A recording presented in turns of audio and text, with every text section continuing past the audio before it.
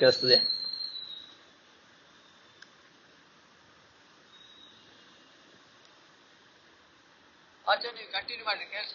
ಕೇಳಿಸ್ತೀಯಾ? ಸರಿ. ಇಷ್ಟು ಆ ಬ್ರಹ್ಮಪಾರ ಸ್ತೋತ್ರವನ್ನು ಹೇಳಬೇಕು ಅಂತ ಕೊಟ್ಟರು. ಆಮೇಲೆ ಘಂಟಾವಾದನ ಆಗಮಾರ್ಥದ ದೇವಾನಾಂ ಗಮನಾರ್ಥಂತ್ರ ಅಂತ ಹೇಳಿ ಘಂಟಾನಾದವನ್ನು ಮಾಡಬೇಕು. ಯಾಕೆಂದ್ರೆ ಅಲ್ಲಿ ಅನೇಕ ರಾಕ್ಷಸರುಗಳು ಅಲ್ಲಿ ಇರ್ತಾರೆ. ಅವರನ್ನು ಬಂದು ಅವರು ಹೋಗೋದಕ್ಕೋಸ್ಕರವಾಗಿ ಗಮನಾರ್ಥಂತೂ ರಾಕ್ಷಸರುಗಳ ಗಮನಕ್ಕೋಸ್ಕರವಾಗಿ ಆ ಘಂಟಾ ರವಂದ್ರ ಶಬ್ದ ಅಂತ ಅರ್ಥ ಘಂಟಾನಾದವನ್ನು ಮಾಡಬೇಕು ಅಂತ ಇಷ್ಟು ಹೇಳಿದರು. ದೇವತಾ ಆಹ್ವಾನ ಅದು ಮಾಡಬೇಕು, ದೇವತನ್ನ ಕರೀಬೇಕು, ರಾಕ್ಷಸರನ್ನು ಓಡಿಸಬೇಕು ಇತ್ಯಾದಿಯಾಗಿರ್ತಕ್ಕಂಥದ್ದು ಅಂತ ಅದು ಕೊಟ್ಟು ಮತ್ತು ಮುಂದೆ ಪ್ರಾರ್ಥನೆಗಳನ್ನು ಮಾಡಬೇಕು. ನಾರಾಯಣ ವಿದ್ಮಹೇ ವಾಸುದೇವಾಯ ಧೀಮಹಿ ವಿಷ್ಣು ಪ್ರಚೋದಯಾತ್ ಅಂತ ಹೇಳಿ ಆ ದೇವರ ಸಂಪುಷ್ಟವನ್ನು ತೆರೆದು ಮತ್ತು ದೇವರನ್ನ ಉತ್ತಿಷ್ಠ ತ್ವಾಂ ರಮಾಪತೆ ತ್ವಂ ರಮಾಪತೆ ಅಂತ ಹೇಳಿ ದೇವರನ್ನ ಎಬ್ಬಿಸೋದನ್ನು ಮಾಡಿ ಆಯತ ಇಂಥ ಮತ್ತು ಪ್ರಾರ್ಥನೆ ಮುಂದೆ ಆಯತಾಭ್ಯಾಂ ವಿಶಾಲಾಭ್ಯಾಂ ಶೀತಲಾಭ್ಯಾಂ ಕೃಪಾಣಿದೆ ಅಂತ ಪರಮಾತ್ಮನ ಒಂದು ಪ್ರಾರ್ಥನೆ. ಅದೆಲ್ಲ ಅದರ ಒಂದು ವಿಸ್ತಾರವನ್ನು ನಿನ್ನೆ ನೋಡಿದ್ದೆವು, ಅದೇನು ಹೇಳಕ್ಕೆ ಹೋಗೋದಿಲ್ಲ ಇವಾಗ, ಜಸ್ಟ್ ರೀಕ್ಯಾಪ್ ಇದು. ಉತ್ತಿಷ್ಠ ಬ್ರಹ್ಮಣ ಸ್ಪತೆ ದೇವಯಂತತ್ವಮೇ ಇದು ಇಷ್ಟಿಯಾದ ಮಂತ್ರಗಳನ್ನು ಕೂಡ ಹೇಳಿ ನಮೋ ಬ್ರಹ್ಮಣ ದೇವಾಯ ಅದನ್ನು ಹೇಳಬೇಕು. ಇಷ್ಟು ಆದ ಮೇಲೆ ಅಲ್ಲಿ ಎಲ್ಲ ಮುಂದೆ ನಿರ್ಮಾಲ್ಯ ವಿಸರ್ಜನವನ್ನು ಮಾಡಬೇಕು. ಏನು ಮುಂದೆ ಹಿಂದೆ ದಿವಸದಲ್ಲಿ ಕೊಟ್ಟಿರತಕ್ಕಂಥದ್ದಾದ ಗಂಧ, ತುಳಸಿ, ಹೂ ಆ ಸಂಪುಷ್ಟದಲ್ಲಿ ಇರ್ತದೋ ಅದನ್ನ ಎಲ್ಲವನ್ನು ಕೂಡ ಅಹಂ ರುದ್ರೇ ಬಿರುಸು ವಿಶ್ವರಾಮಿ ಅಂತ ಆ ಒಂದು ವೇದ ಮಂತ್ರದಿಂದ ಅದನ್ನ ಎಲ್ಲವನ್ನು ವಿಸರ್ಜನೆ ಮಾಡಬೇಕು. ವಿಸರ್ಜನೆ ಮಾಡಿದ್ದನ್ನು ನಾವು ತಿಳಿದಿದ್ದೆವು. ಒಂದು ಒಳ್ಳೆ ಪಾತ್ರೆಯಲ್ಲಿ ಪ್ಲಾಸ್ಟಿಕ್ ಇತ್ಯಾದಿ ಅದು ಇಲ್ಲದೇ ಇರತಕ್ಕಂಥ ಹಿತ್ತಾಳಿ, ತಾಮ್ರ, ಬೆಳ್ಳಿ, ಬಂಗಾರ ಏನಿದ್ರು ಅದರಲ್ಲಿ ಆ ಒಂದು ಪುಷ್ಪವನ್ನು ಅರ್ಥಾತ್ ಒಂದು ನಿರ್ಮಾಲ್ಯವನ್ನು ಅಲ್ಲಿ ಇಡಬೇಕು. ಅದನ್ನು ಕೂಡ ತಲೆಯಲ್ಲಿ ಧರಿಸಬೇಕು ಮತ್ತು ಅದರ ಒಂದು ಆಗ್ರಹಣವನ್ನು ಮಾಡಬೇಕು. ಅದು ರುದ್ರದೇವರೇ ತನ್ನ ತಲೆಯಲ್ಲಿ ಧರಿಸ್ತಾರೆಂಬ ಒಂದು ಅನುಸಂಧಾನದಿಂದ ಇಷ್ಟನ್ನು ಮಾಡಿ ಅದನ್ನು ಒಂದು ಸ್ವಚ್ಛವಾದ ಸ್ಥಳದಲ್ಲಿ ಯಾರು ಕಾಲು ತಾಕದೇ ಇರತಕ್ಕಂಥ ಸ್ಥಳದಲ್ಲಿ ಇಡಬೇಕು ಅಂತ ಇಷ್ಟು ನೋಡಿದೆವು. ಆಮೇಲೆ ಶಾಲಗ್ರಾಮ ಶಿಲೆಯಲ್ಲಿರ್ತಕ್ಕಂಥ ಏನು ಆ ಕಲಿ ಇದ್ದಾನೆ ಆ ಭೀಮಸೇನ ದೇವರು ಓಡಿಸಲಿ ಎಂಬ ಒಂದು ಪ್ರಾರ್ಥನೆಯನ್ನು ಮುಂದೆ ಮಾಡಬೇಕು. ಮಾಡಿದ ಮೇಲೆ ಒಂದು ಸಲ ಬಂದು ಇದೆಲ್ಲ ಆದ ಮೇಲೆ ಆವಾಗಲೇ ಒಂದ್ಸಲ ನೀರು ಹಾಕಿ ಸ್ವಚ್ಛ ಮಾಡ್ಕೊಳ್ಬೇಕು. ಅದನ್ನು ಆ ಪರಮಾತ್ಮನಿಗೆ ಮಾಡಿದ ನೀರಾದ್ರೂ ಅದನ್ನು ವಿಸರ್ಜನೆ ಮಾಡಬೇಕು. ಅದನ್ನು ಬಂದು ಸ್ವೀಕಾರ ಮಾಡೋದು ಕಾರಣ ಇಲ್ಲ. ಮುಂದೆ ನಿರ್ಮಾಲ್ಯ ಅಭಿಷೇಕ ಅಂತ ಮಾಡ್ತೇವೆ ಪುರುಷ ಸೂಕ್ತೆಯಲ್ಲಿ, ಅದನ್ನು ಮಾತ್ರ ನಿರ್ಮಾಲ್ಯ ಸ್ವೀಕಾರ ಮಾಡಬೇಕು ಅಂತ ಪುರುಷ ಸೂಕ್ತ ಹೇಳಿ ಮುಂದೆ ಎಲ್ಲ ಪರಮಾತ್ಮ ಎಲ್ಲ ಸಾಲಿಗ್ರಾಮ ವಿಗ್ರಹ ಎಲ್ಲದಕ್ಕೂ ಕೂಡ ಅಭಿಷೇಕಗಳನ್ನ ಮಾಡಬೇಕು ಅಂತ ಇಷ್ಟ ಆದ ಮೇಲೆ ಮತ್ತು ವಾಯುದೇವರಿಗೆ ಗರುಡಶೇಷರು ಅವರಿಗೂ ಕೂಡ ಒಂದು ವಿಶೇಷ ಅಭಿಷೇಕ ಅಂತ ಒಂದು ಮಾಡಬೇಕು. ಇದರಲ್ಲಿ ಹನುಮಂತ ದೇವರಿಗೆ ಏನು ನಾವು ಅಭಿಷೇಕ ಮಾಡ್ತೇವೋ ಆ ಒಂದು ತೀರ್ಥವನ್ನು ಪ್ರತ್ಯೇಕತೆ ಇಟ್ಟು ಕೊನೆಯಲ್ಲಿ ದೇವರ ತೀರ್ಥ ಸ್ವೀಕಾರ ಆದ ಮೇಲೆ ಅದನ್ನು ತಗೊಬೇಕು. ಅದು ಇದೆ. ಗರುಡಶೇಷರಿಗೆ ಇವಾಗ ಮತ್ತು ಇನ್ನೊಂದ್ಸಲ ಒಂದು ಅಭಿಷೇಕ ಮಾಡ್ತೇವೋ ಅದು ಬಂದು ಏನು ಸ್ವೀಕಾರ ಮಾಡ್ಲಿಕ್ಕಿಲ್ಲ, ಅದು ಹಾಗೆ ನಾವು ಬಂದು ವಿಸರ್ಜನೆಯನ್ನು ಮಾಡಬೇಕು ಅಂತ ನೋಡಿದ್ದೆವು. ಗರುಡ, ಶೇಷ ಮತ್ತು ಬೇರೆ ಮನೆಯಲ್ಲಿ ಬೃಂದಾವನಗಳಿರ್ತದೆ ಕೆಲವರ ಮನೆಯಲ್ಲಿ, ಅದಕ್ಕೂ ಕೂಡ ಸಂಪುಷ್ಟದಲ್ಲಿ ಏನಾದರೂ ಒಂದು ಬೃಂದಾವನ ರೀತಿ ಇರತಕ್ಕಂಥ ಒಂದು ಪ್ರತಿಮೆಯಲ್ಲಿ ಇದ್ದರೆ ಅದಕ್ಕೂ ಕೂಡ ಅಭಿಷೇಕವನ್ನು ಮಾಡಿ ಆ ತೀರ್ಥವನ್ನು ಕೂಡ ನೀವು ಬಂದು ವಿಸರ್ಜನೆಯನ್ನು ಮಾಡಬೇಕು ಅಂತ ಹೇಳಿ ನೀವು ಆ ನಿರ್ಮಾಲ್ಯ ತೀರ್ಥವನ್ನು 3 ಸಲ ಅಕಾಲ ಮೃತ್ಯು ಅನಂತರ ವ್ಯಾಧಿ ನಿವಾರಣ ಮಂತ್ರದಿಂದ ನೀವು ಸ್ವೀಕಾರ ಮಾಡಿಕೊಂಡು ಮುಂದೆ ನಿಮ್ಮ ಆನ್ನಿಕಗಳ ಸಂಧ್ಯಾವನಾದಿಗಳನ್ನು ಮಾಡಿಕೊಂಡು ಗಂಧ ಎಲ್ಲವನ್ನು ಪರಮಾತ್ಮನಿಗೆ ಅಭಿಷೇಕಕ್ಕಾಗಿ ಗಂಧ ಸಮರ್ಪಣೆಗೆ ಮತ್ತು ತೀರ್ಥದ ಅದರ ಒಂದು ಪ್ರಿಪರೇಷನ್ ಅದನ್ನು ಎಲ್ಲವನ್ನು ಕೂಡ ಮಾಡಿ ಅಂಗಾರ ಅಕ್ಷತೆಗೆ ರೆಡಿ ಮಾಡಿಕೊಳ್ಳೋದು, ಅಂಗಾರ ಇಲ್ಲ ಅಕ್ಷತೆಗೆ ರೆಡಿ ಮಾಡಿಕೊಳ್ಳೋದು ಮತ್ತು ತೀರ್ಥದ ಎಲ್ಲ ದ್ರವ್ಯಗಳು ಹೇಳಿದ್ದೆವು ಹಿಂದೆ. ಆ ದ್ರವ್ಯಗಳನ್ನು ಸೇರಿಸಿ ಎಲ್ಲ ತೀರ್ಥಕ್ಕೆ 2 ಪಾತ್ರೆಯಲ್ಲಿ ಇಟ್ಟಬೇಕು. ಆಮೇಲೆ ಪಂಚಪಾತ್ರೆಗಂತ ಸಿದ್ಧ ಮಾಡಿ ಇಟ್ಟಬೇಕು. 5 ಪಾತ್ರೆ ಅಥವಾ 1 ಪಾತ್ರೆ ಅಂತ ಹೇಳಿದ್ದೆವು. ಅದನ್ನು ಕೂಡ ಇಷ್ಟನ್ನು ಕೂಡ ಎಲ್ಲ ಸಿದ್ಧ ಮಾಡಿ ತುಂಬ ಈ ಒಂದು ಟೈಮಲ್ಲಿ ಮಾಡಬೇಕು. ಆದ ಮೇಲೆ ಮುಂದೆ ಮಂಟಪ ಧ್ಯಾನ ಅಂತ ಆ ಏನು ದೇವರ ಮಂಟಪದಲ್ಲಿ ಕೊಡಿಸಿದ್ದೆವು ಆ ಮಂಟಪವನ್ನು ಹ್ಯಾಂಗ ಧ್ಯಾನ ಮಾಡಬೇಕು ರೀತಿಯನ್ನು ಕೊಟ್ಟಿದ್ದಾರೆ. ಅದನ್ನು ಅನುಸಂಧಾನ ಪೂರ್ವಕವಾಗಿ ಮಾಡಿದರೆ ಸಾಕು. ಅಷ್ಟು ಮಂಟಪ ಸಿದ್ಧ ಮಾಡೋ ರೀತಿಯಲ್ಲಿ ಯಾರಿಗೆ ಶಕ್ತಿ ಇದೋ ಹಂಗೆ ಮಾಡಬಹುದು ಅವರು. ಇಷ್ಟಾದ ಮೇಲೆ ಮತ್ತು ಪರಮಾತ್ಮನಲ್ಲಿ ಪ್ರಾರ್ಥನೆ ಆರಾಧಿಸೆ ಪ್ರಾಣವರ್ತಾಂ ಪ್ರಣೇತ್ರ ಅಂತ ಪರಮಾತ್ಮನಲ್ಲಿ ಪ್ರಾರ್ಥನೆಯನ್ನು ಮಾಡಿ ದೇವರ ಪೂಜೆಗೆ ಇವಾಗ ಸಂಕಲ್ಪ, ಇವಾಗ ಇದು ಮುಖ್ಯವಾದ ಸಂಕಲ್ಪ. ಇದು ಷೋಡಶೋಪಚಾರ ಪೂಜಾ ಮತಿತಾ ಶಕ್ತಿ ಸಂಪಾದಿದ್ರವೇ ಲಕ್ಷ್ಮೀನಾರಾಯಣತೆ ಧ್ಯಾನ ಆವಾಹನಾದಿ ಷೋಡಶೋಪಚಾರ ಪೂಜಾ ಕರಿಷಿ ಅಂತ ಏನು ಯಥಾಮತಿಯಾಗಿ ಮತ್ತು ಯಥಾಶಕ್ತಿಯಾಗಿ ಏನು ನಾನು ಸಂಪಾದಿತ ದ್ರವ್ಯ ಏನು ದ್ರವ್ಯಗಳನ್ನು ಸಂಪಾದಿಸಿದ್ದೇನೋ ನನ್ನ ಈ ಒಂದು ದೇವರ ಮನೆಯಲ್ಲಿ ಏನು ಎಷ್ಟು ಪದಾರ್ಥಗಳನ್ನು ಸೇರಿಸಿದ್ದೇನೋ ಅದನ್ನು ಇಟ್ಟುಕೊಂಡು ಲಕ್ಷ್ಮೀನಾರಾಯಣ ಪರಮಾತ್ಮನ ಧ್ಯಾನ ಆವಾಹನ ಷೋಡಶೋಪಚಾರ ಪೂಜೆಯನ್ನು ಮಾಡುತ್ತೇನೆ ಅಂತ ನೀರು ಹಾಕಿ ಬಿಟ್ಟು, ಮತ್ತು ಕಲಶ ಪೂಜಾಂ ಕರಿಷಿ ಅಂತ ಆ ಏನು ಕಲಶವನ್ನು ಸಿದ್ಧ ಮಾಡಿದ್ದೀರಿ, ಸ್ನಾನೀಯ ಕಲಶ, ಪೂರ್ಣ ಕಲಶ ಇತ್ಯಾದಿಗಳನ್ನು ಅದನ್ನು ಬಂದು ಅಲ್ಲಿ ಕಲಶ ಪೂಜೆ ಮಂತ್ರಗಳ ವಿಧಾನ ಕೊಟ್ಟಿದ್ದಾರೆ, ಅದನ್ನು ನಾವು ನೋಡಿದ್ದೆವು. ಅದನ್ನು ಹಾಗೆ ನೀವು ಹೇಳಿ ಎಲ್ಲ ಮಾಡಿದ ಮೇಲೆ ಮುದ್ರೆಗಳನ್ನು ತೋರಿಸಬೇಕು ಅಂತ ನೋಡಿದೆವು. ಮತ್ತು ಏನೇನು ದೇವತೆ ಪರಮಾತ್ಮನ ಯಾವ್ಯಾವ ರೂಪಗಳನ್ನು ಅಲ್ಲಿ ಬಂದು ನಾವು ಆವಾಹನ ಮಾಡಬೇಕು ಅಂತ ನೋಡಿದ್ದೇವೆ. ಏಕಪಂಚವರ್ಣಾಣಂ ಚತುರ್ವಿಂಶತಿ ಮೂರ್ತಯ ಆತ್ಮಾಧ್ಯ ದೇವಾಧ್ಯ ಅಂತ ಆ 100 ರೂಪಗಳು, ಆ 100 ರೂಪ ಯಾವುದನ್ನು ಅಂತ ನೋಡಿದ್ದೆವು. ಅದನ್ನು ಕೂಡ ಅಲ್ಲಿ ಇದು ಆವಾಹನ ಮಾಡಿ, ಮತ್ತು ಪೂರ್ಣ ಕಲಶದಲ್ಲಿ ವಿಕ್ರಮೆ ಅಂದ್ರೆ ರಿವರ್ಸ್ ಆರ್ಡರ್ ಅಲ್ಲಿ ಅದೇ 100 ದೇವತೆಗಳನ್ನು 198 ಆ ಒಂದು ಆರ್ಡರ್ ಅಲ್ಲಿ ಆ ರೂಪಗಳನ್ನು ಮತ್ತು ಅಲ್ಲಿ ಆವಾಹನ ಮಾಡಬೇಕು ಅಂತ ಇಷ್ಟು ನೋಡಿದೆವು. ಇದಾದ ಮೇಲೆ ಆ ಕಲಶಗಳಿಗೆ ಬಂದು ಅರ್ಘ್ಯಪಾದ್ಯಾದಿ ಷೋಡಶೋಪಚಾರ ಪೂಜೆಯನ್ನು ಮಾಡಬೇಕು ಅಂತ ನೋಡಿದ್ರೆ ಸಣ್ಣ ನೈವೇದ್ಯ ಮಂಗಳಾರತಿಯು ಮಾಡಿದರೆ ಉತ್ತಮ. ಕಲಶ ದೇವ, ಯಾಕಂದ್ರೆ ಸಾಕ್ಷಾತ್ ಪರಮಾತ್ಮನೇ ಅಲ್ಲಿ ಕೂತಿರ್ತಾನೆ, ಸಾಕ್ಷಾತ್ ಪರಮಾತ್ಮನಲ್ಲಿ ನಾವು ಆವಾಹನ ಮಾಡಿದ್ದೇವೆ ನಾವು, ಅದರಿಂದ ಅದು ಒಂದು ರೀತಿಯ ವಿಗ್ರಹವೇ ಅದು ಕೂಡ. ಇದಾದ ಮೇಲೆ ಕಲಶಕ್ಕೆ ಪ್ರಾರ್ಥನೆಯನ್ನು ಮಾಡಬೇಕು. ಕಲಶ ಪ್ರಾರ್ಥನೆ ಆದ ಮೇಲೆ ಶಂಖ ಪೂಜೆ, ಶಂಖದಲ್ಲಿ ನೀರು ಹಾಕಿ ಮತ್ತು ಈ ಮುಂದೆ ಬರ್ತಕ್ಕಂಥ ಮಂತ್ರಗಳನ್ನು ಹೇಳಿ, ಪಾಂಚಜನ್ಯ ವಿದ್ಮಹೇ ಮಹಾಧರಾಯ ಧೀಮಹಿ ಶಂಖ ಇತ್ಯಾದಿ ಮಂತ್ರಗಳನ್ನು ಹೇಳಿ ಮತ್ತು ಮೂಲ ಮಂತ್ರದಿಂದ ಅಭಿಮಂತ್ರಣ ಮಾಡು. ಆ ಕೈಯಲ್ಲಿ ನೀರು ಹಾಕೊಂಡು ಅದನ್ನ ಎಲ್ಲಾ ಪೂಜಾ ದ್ರವ್ಯ ಆತ್ಮಾನಂಶ ಪ್ರೋಕ್ಷೆ ಅಂತ ಏನು ಪೂಜಾ ದ್ರವ್ಯಗಳನ್ನು ಸೇರಿಸಿದ್ರಿ, ಹೂ ಹಣ್ಣು ಕಾಯಿ ಇತ್ಯಾದಿ ಸೇರಿಸಿದ್ರಿ, ಅದನ್ನು ಬಂದು ನೀವು ಪ್ರೋಕ್ಷಣೆ ಮಾಡಿ. ಮತ್ತು ಆತ್ಮಾನಂಶ ಪ್ರೋಕ್ಷ ನಿಮಗೆ ಕೂಡ ನೀವು ಅದನ್ನು ಪ್ರೋಕ್ಷಣೆ ಮಾಡಿಕೊಬೇಕು ಅಂತ ಶಂಕರದೇವತೆ ಪ್ರಾರ್ಥನಾ ಕೊಟ್ಟಿದ್ದಾರೆ, ನೋಡಿದ್ದೇವೆ ಅದೆಲ್ಲನೂ ಕೂಡ. ಮತ್ತು ಪಂಚಪಾತ್ರ ಪೂಜೆ ಅಂತ 5 ಪಾತ್ರರು ಅಥವಾ ಎಲ್ಲ 5ರಲ್ಲಿ ಇರ್ತಕ್ಕಂಥ 5ರಲ್ಲಿ ಅಂದ್ರೆ ಒಂದೇ ಒಂದು ಪಟ್ಟಿಲ್ ಒಂದು ಬೊಟ್ಲು, ಅದರಲ್ಲಿ ಅರ್ಘ್ಯ ಪಾದ್ಯ ಆಚಮಣೀಯ ಮಧುಪರ್ಕ ಪುನರಾಚಮಣಿ ಇತ್ಯಾದಿ ಪಂಚಪಾತ್ರ ದೇವತೆಗಳನ್ನು ಅದಕ್ಕೆ ಸಂಬಂಧಪಟ್ಟ ದೇವತೆಗಳನ್ನು ಅಲ್ಲಲ್ಲಿ ಆವಾಹನ ಮಾಡಬೇಕು. ಆವಾಹನ ಮಾಡಿದ ಮೇಲೆ ಗಂಟಾ ಪೂಜೆಯನ್ನು ಮಾಡಬೇಕು ಅಂತ ಆ ಗಂಟೆಗೆ ಬಂದು ಒಂದು ಸ್ವಲ್ಪ ನೀರು ಹಾಕಿ ಗಂಟಾವಾದವಾಗಿ ಅಲ್ಲೇನೋ ಸಕಲ ಪುಷ್ಪವನ್ನು ಸಮರ್ಪಣೆ ಅಂತ ಒಂದು ಹೂವನ್ನು ಕೂಡ ಅಲ್ಲಿ ಏರಿಸಿ ಗಂಟೆಗೆ ಒಂದು ಪೂಜೆಯನ್ನು ಮಾಡಿ, ಮತ್ತು ದೀಪಸ್ತಂಭ ಪೂಜಾ ಅಂತ ದೀಪ ಸ್ತಂಭ ಇರ್ತದೆ, ಮತ್ತು ಈ ಹಳಿಯಾರತಿ ಇತ್ಯಾದಿ ಇರ್ತದೆ, ಅದಕ್ಕೂ ಕೂಡ ತದಂಗ ದೀಪಸ್ತಂಭ ಪೂಜಾ ಕರಿಷ್ಯೆ ಮತ್ತು ಧೂಪ ದೀಪ ಪಾತ್ರ ಪೂಜಾ ಅಂತ ಇದೆ, ಅದೆರಡೂ ಕೂಡ ನೋಡಿದ್ದೇವೆ. ಅದನ್ನೇ ಮತ್ತು ಅದಕ್ಕೊಂದು ಪೂಜೆಯನ್ನು ಮಾಡಿ ಬಿಂಬ ಇವಾಗ ಮತ್ತು ಪರಮಾತ್ಮನ ಹತ್ರ ಹೋಗ್ತೇವೆ. ಎಲ್ಲ ಪರಿವಾರ ಎಲ್ಲ ಆಯ್ತು, ಇವಾಗ ಪರಮಾತ್ಮನ ಹತ್ರ ಹೋಗ್ತೇವೆ. ಇವಾಗ ಬಿಂಬಮೂರ್ತಿ ಧ್ಯಾನ ಅಂತ ಹೇಳಿ ಶಾಲಿಗ್ರಾಮ ಶಿಲಾಸ್ಪರ್ಶಂ ಏಕವರಂತಿ ದಿನೇ ವಾಂಚಂತಿ ಕಲ ಸಂಸ್ಪರ್ಶಂ ತೇಷಾಂ ದೇವಾಸ ವಾಸವಾಹ ಅಂತ ಆ ಶಾಲಿಗ್ರಾಮವನ್ನು ಮುಟ್ಟಿ ಮುಂದೆ ಪೀಠ ಪೂಜೆ ಅಂತ ಆಗ್ತದೆ. ವಿಷ್ಣುರಾಸನ ಭೂತಾಯ ದಿವ್ಯರತ್ನಮಯಾಯ ಪ್ರಧಾನ ಪುರುಷೇಶಾಯ ಮಹಾಪೀಠಾಯ ನಮಃ ಅಂತ ಹೇಳಿ ಆ ಏನು ಪೀಠದಲ್ಲಿ ಪರಮಾತ್ಮನ ನಾವು ಕೂಡಿಸಿದ್ದೇವೋ ಆ ಪೀಠಕ್ಕೂ ಕೂಡ ಒಂದು ಪೀಠ ಪೂಜೆ ಅಂತ, ಅದು ವಿಸ್ತಾರವಾದ ಪೀಠ ಪೂಜೆ ಅಂತ ನಾವು ಹಿಂದೆ ಹೇಳಿದ್ದೆವು. ಅದು ಏನೆಂಬುದನ್ನ ಮುಂದೆ ತಿಳಿಯೋಣ ಅಂತ ಹೇಳಿದ್ದೇವೆ. ಅದು ಈ ಪೂಜಾ ಎಲ್ಲ ಇಡಿದ ಹೋದ ಮೇಲೆ ಬೇಕಾದ್ರೆ ಅದನ್ನು ಬೇರೆ ಸೆಷನ್ ಆಗಿ ತೆಗೆಯೋಣ. ಆಮೇಲೆ ಪರಮಾತ್ಮನನ್ನು ಇಷ್ಟ ಆದ ಮೇಲೆ ಪರಮಾತ್ಮನನ್ನು ವಿಷ್ಣು ಸ್ನಾನಾರ್ಥಂ ಮಜ್ಜನಾಲಯಂ, ಮಜ್ಜನ ಅಂದ್ರೆ ಸ್ನಾನ ಮಾಡೋದು ಅಂತ ಅರ್ಥ, ಮಜ್ಜನಾಲಯ ಅಂದ್ರೆ ಬಾತ್ರೂಮ್ ಅಂತ ಅರ್ಥ ನಮ್ಮ ಲ್ಯಾಂಗ್ವೇಜ್ ಹೇಳೋದಾದ್ರೆ. ಅಂತ ಸ್ಥಳದಲ್ಲಿ ಪರಮಾತ್ಮನನ್ನು ಕರ್ಕೊಂಡು ಹೋಗ್ಬೇಕು ನಾವು. ಆ ಸ್ನಾನಕ್ಕೋಸ್ಕರವಾಗಿ ಇವಾಗ ಒಂದು ದೇವಸ್ಥಾನದಲ್ಲಿ ಕೂತಿದ್ದಾನೆ, ಅಲ್ಲಿಂದ ಪರಮಾತ್ಮನನ್ನು ಸ್ನಾನ ಮಾಡೋ ಜಾಗಕ್ಕೆ ಕರ್ಕೊಂಡು ಹೋಗಬೇಕು. ಅಲ್ಲಿ ಹೋದ ಮೇಲೆ ಮತ್ತು ಶುರು ಮಾಡಬೇಕು. ಅರ್ಘ್ಯಂ ಸಮರ್ಪ್ಯಾಮಿ ಪಾದ್ಯಂ ಸಮರ್ಪ್ಯಾಮಿ ಅಂತ ಇದು ಷೋಡಶೋಪಚಾರ ಪೂಜೆ ಮೊದಲ ಆರಂಭ. ಇದು ಅರ್ಘ್ಯಂ ಸಮರ್ಪ್ಯಾಮಿ ಅಂತ ಹೇಳೋತ ಷೋಡಶೋಪಚಾರ ಪೂಜೆ ಮೊದಲ ಆರಂಭ. ಇಷ್ಟೆಲ್ಲ ಅದಕ್ಕೆ ಹಿಂದೆ ಮಾಡಿದ್ದೆಲ್ಲವೂ ಕೂಡ ಅದಕ್ಕೆ ತದ ಅಂಗಭೂತವಾದದ್ದು, ಅದಕ್ಕೆ ಅಂಗವಾಗಿ ಎಲ್ಲ ಮಾಡ್ತಾ ಇದ್ದೇವೆ. ಇವಾಗ ಅರ್ಘ್ಯ ಪಾದ್ಯ ಆಚಮಣೀಯ ಮಧುಪರ್ಕ ಪುನರಾಚಮಣಿ ಅಂತ ಇತ್ಯಾದಿ ಮಾಡಿ ಮತ್ತು ಪಂಚಾಮೃತ ಅಭಿಷೇಕ ಮಾಡೋ ಒಂದು ನಿಮಗೆ ಒಂದು ಸಂದರ್ಭ ಇತ್ತು ಅಂದ್ರೆ ಅದನ್ನು ಕೂಡ ಇವಾಗ ಮಾಡಿದ ಮೇಲೆ, ಪುನರಾಚಮಣಿ ಆದ ಮೇಲೆ ಪಂಚಾಮೃತ ಮಾಡಿದ ಮೇಲೆ ಮತ್ತು ಪುನರಾಚಮಣಿ ಅಂದ್ರೆ ಅದು ಪುರುಷ ಸೂಕ್ತ ಹೇಳಿ ಪರಮಾತ್ಮನಿಗೆ ಸ್ನಾನೀಯ ಪಾತ್ರದಿಂದ ಒಂದು ಅಭಿಷೇಕ, ಆಮೇಲೆ ಅದು ಸ್ನಾನೀಯ ಪಾತ್ರವನ್ನು ಶಂಖದಲ್ಲಿ ಹಾಕಿ ಅಭಿಷೇಕ ಮಾಡೋದು, ಮತ್ತು ಪೂರ್ಣ ಕಳಶ ಇರ್ತದೆ ಅದೆಲ್ಲ ದ್ರವ್ಯನ ಸೇರಿಸಿ ಗಂಧ ಇತ್ಯಾದಿ ದ್ರವ್ಯನ ಸೇರಿಸಿರ್ತೇವೆ, ಅದನ್ನು ನೇರವಾಗಿಯೇ ಪರಮಾತ್ಮನಿಗೆ ಅಭಿಷೇಕವನ್ನು ಮಾಡಬೇಕು ಅಂತ ನೋಡಿದೆವು. ಇಷ್ಟು ತನಕ ಯಾರಿಗೆ ಆದ್ರೆ ಏನಾದರೂ ಪ್ರಶ್ನೆಗಳಿದೆಯಾ?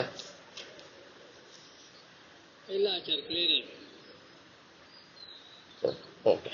ಇಷ್ಟಾದ ಮೇಲೆ ಸ್ನಾನಾಂಗ ಪಾದ್ಯಂ ಸಮರ್ಪಯಾಮಿ ಆಚಮಣಿಂ ಸಮರ್ಪಯಾಮಿ ಅಂತ ಹೇಳಿ ಮತ್ತು ಆ ಒಂದು ಬಟ್ಲಲ್ಲಿರ್ತಕ್ಕಂಥದ್ದನ್ನು ಮತ್ತು ಪರಮಾತ್ಮನಿಗೆ ಸಮರ್ಪಣೆ ಮಾಡಬೇಕು. ಒಂದು ಉದ್ಧರಣಿ ಸ್ನಾನ ಆದ ಮೇಲೆ, ಸ್ನಾನಾನಂತರ ಅಂತ ಕೆಲವರು ಸ್ನಾನಾಂಗ ಹಂಗೆ ಬಗ್ಗೆ ಹೇಳ್ಬೋದು. ಸ್ನಾನ ಆದ ಮೇಲೆ ಈ ಆಚಮನೆ ಮಾಡಬೇಕು ಅಂತ ನಮಗೂ ಉಂಟು. ಅದು ನಾವು ಸ್ನಾನ ಆಗಿ ಬಂದ ಮೇಲೆ ಮೊದಲಿಗೆ ಆಚಮನ ಮಾಡಿ ಮುಂದೆ ವರ್ತಿಸಬೇಕು ಅಂತ ಅದು ಸಾಮಾನ್ಯವಾದ ಒಂದು ನಿಯಮ. ಅದು ಪರಮಾತ್ಮನಿಗೆ ಮಾಡ್ತೇವೆ ಅಂತ. ಮತ್ತು ಪರಮಾತ್ಮನಿಗೆ ವಸ್ತ್ರ ಸಮರ್ಪಣೆಯನ್ನು ಮಾಡೋದು, ಆಭರಣವನ್ನು ಹಾಕೋದು, ಮತ್ತು ಯಜ್ಞೋಪವೀತವನ್ನು ಸಮರ್ಪಣೆ ಮಾಡೋದು, ಮತ್ತು ಗಂಧದ್ದು ಹರಾಂಧರಾದರ್ಶ ಅಂತ ಪ್ರಸಿದ್ಧವಾದ ವೇದ ಮಂತ್ರ ಇದೆ. ಅದನ್ನು ಹೇಳಿ ಗಂಧವನ್ನು ಕೂಡ ಪರಮಾತ್ಮನಿಗೆ ಸಮರ್ಪಣವಾದ ಮೇಲೆ ಮತ್ತು ಕೇಶವಾದಿ ನಾಮಗಳಿಂದ ಪರಮಾತ್ಮನಿಗೆ ಅರ್ಚನೆಯನ್ನು ಮಾಡೋದು. ನಿಮಗೆ ಎಷ್ಟು ಅವಕಾಶ ಇದೆಯೋ ಅಷ್ಟಕ್ಕಷ್ಟೇ ನೀವು ಎಲ್ಲ ಎಷ್ಟು ಅಷ್ಟೋತ್ತರ ಅದನ್ನು ಹೇಳಕ್ಕೆ ಕೃಷ್ಣಾಷ್ಟೋತ್ತರ ಇದೆ, ನರಸಿಂಹ ಅಷ್ಟೋತ್ತರ ಇದೆ, ಎಲ್ಲ ವಿಷ್ಣು ಸಹಸ್ರನಾಮವೇ ಇದೆ. ಇದು ಹೇಳಿ ಮತ್ತು 564 ಬ್ರಹ್ಮಸೂತ್ರಗಳಿದೆ. ಓಂ ಅಥಾತೋ ಬ್ರಹ್ಮ ಜಿಜ್ಞಾಸ, ಅಥಾತೋ ಬ್ರಹ್ಮ ಜಿಜ್ಞಾಸ, ಓಂ ಜನ್ಮಾದ್ಯಸ್ಯದ ಓಂ ಅಂತ ಬ್ರಹ್ಮಸೂತ್ರಗಳಿದೆ 564. ಅದು ಯಾರಿಗ ಬರ್ತದೋ ಅದನ್ನ ಪುಸ್ತಕ ನೋಡದೇನೆ ಹೇಳಬಹುದು. ಹೇಳಿ ಅರ್ಚನೆ ಮಾಡಿದರೆ ತುಂಬಾ ವಿಶೇಷವಾದ ಫಲ ಅಂತ ಹೇಳಿದ್ದಾರೆ. ಮತ್ತು ಒಳ್ಳೆ ಇದು ಮುಂದೆ ಬರಬೇಕಾಗಿತ್ತು, ಇಲ್ಲಿ ಹಾಕಿದ್ದಾರೆ. ಒಳ್ಳೆ ಪುಷ್ಪಗಳ ಸಮರ್ಪಣೆ ಅಂತ ಮೊದಲಿಗೆ ಪುಷ್ಪ ಸಮರ್ಪಣೆ ಮಾಡಿ ಆಮೇಲೆ ಅರ್ಚನೆ ಮಾಡೋ ಒಂದು ಪದ್ಧತಿ ಇದೆ. ಪುಷ್ಪಗಳು ಆದ ಮೇಲೆ ಆಮೇಲೆ ಅರ್ಚನೆ ಆದ ಮೇಲೆ ಆವರಣ ಪೂಜೆ ಅಂತ ಒಂದಿದೆ. ಇಲ್ಲಿ ಸಣ್ಣದಾಗಿ ಚಕ್ರಾದಿ ಆದಿ ದೇವತಾಭ್ಯೋ ನಮಃ, ಲಕ್ಷ್ಮ್ಯಾದಿ ಬ್ರಹ್ಮ ಅಂತ ಆವರಣ ದೇವತಾಭ್ಯೋ ನಮಃ ಅಂತ ಇಷ್ಟು ಮಾತ್ರ ಕೊಟ್ಟಿದ್ದಾರೆ. ಅದು ಆವರಣ ಪೂಜೆಯು ಕೂಡ ಸ್ವಲ್ಪ ವಿಸ್ತಾರವಾಗಿ ಇದೆ. ಅದನ್ನು ಕೂಡ ನಾವು ಆಮೇಲೆ ನೋಡಿ. ಸಂಕ್ಷಿಪ್ತ ಆವರಣ ಪೂಜೆ ಅಂತ ಈ ಪುಸ್ತಕದಲ್ಲಿ ಕೊಟ್ಟಿದ್ದಾರೆ. ವಿಸ್ತಾರವಾದ ಪೀಠ ಪೂಜೆ ಮತ್ತು ಆವರಣ ಪೂಜೆ ಇದೆ. ಅದು ಯಾರಿಗೆ ಕಲಿಲಕ್ಕ ಇಷ್ಟ ಇದೋ ಇದಾದ ಮೇಲೆ ನಾವು ಆಮೇಲೆ ನೋಡೋಣ. ಆಮೇಲೆ ಧೂಪ ಮತ್ತು ದೀಪ.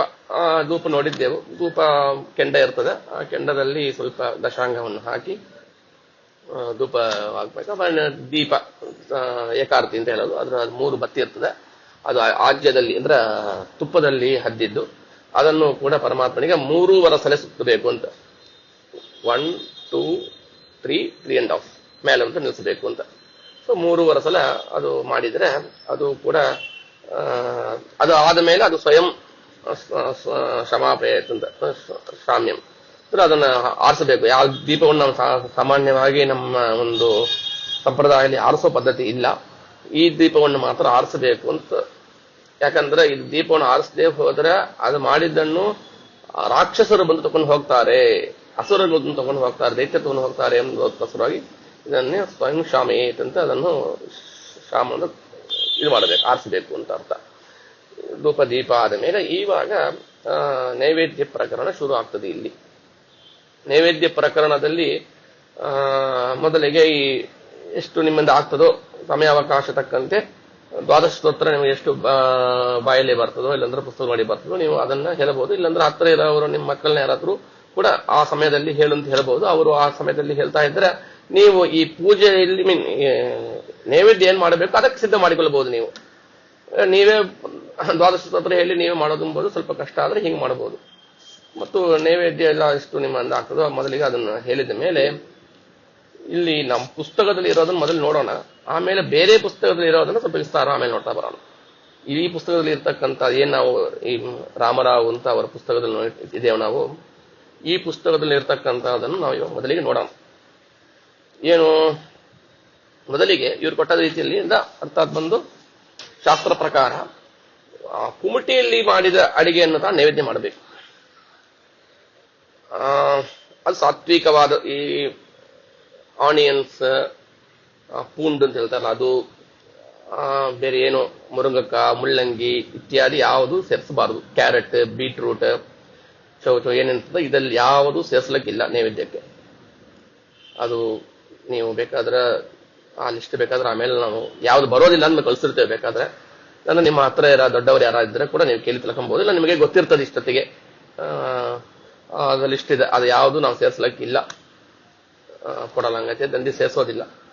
ಅದು ಸೇರಿಸದೆ ಗ್ಯಾಸಲ್ಲಿ ಮಾಡಿದ ಅಡಿಗೆ ಇಲ್ಲ, ಶುದ್ಧವಾಗಿ ಮಡಿಯಾಗಿ ಇದರಲ್ಲಿ ಮಾಡಿರ್ಬೇಕು, ಕುಮಟಿಯಲ್ಲಿ ಮಾಡಿರ್ಬೇಕು ಅಂತ ಒಂದು ಅಡಿಗೆಯನ್ನೇ ಪರಮಾತ್ಮನಿಗೆ ನೈವೇದ್ಯಕ್ಕೆ ತರಬೇಕು ಅಂತ. ಇಲ್ಲ ಇಷ್ಟು ಆಗಿಲ್ಲ ನಮಗೇನು ನೈವೇದ್ಯಕ್ಕೆ ಇಷ್ಟು ಪದಾರ್ಥ ಸೇರಿಸೋದಲ್ಲ ಅಂದ್ರೆ ವಿಚಾರವೇ ಇಲ್ಲ. ನೀವು ಹಣ್ಣು ಕಾಯಿಗಳನ್ನ ದೇವರಿಗೆ ಮುಂದೆ ಇಟ್ಟು ನೈವೇದ್ಯ ಮಾಡಿದರೆ ಉತ್ತಮ. ಯಾಕಂದ್ರೆ ಅದು ಮಾಡ್ಲಿಕ್ಕಾಗಲ್ಲ, ಅದಕ್ಕಿಂತ ನೈವೇದ್ಯ ಪೂಜೆನ ಮಾಡೋದಿಲ್ಲ ಅಂತ ಬಿಟ್ರೆ ಅದು ಮಹಾ ತಪ್ಪು. ಎಷ್ಟು ಆಗ್ತದೆ ಯಥಾಮತಿ ಶಕ್ತಿ ಹಿಂದೆ ಹೇಳಿದ್ದೇವೆ ನಾವು.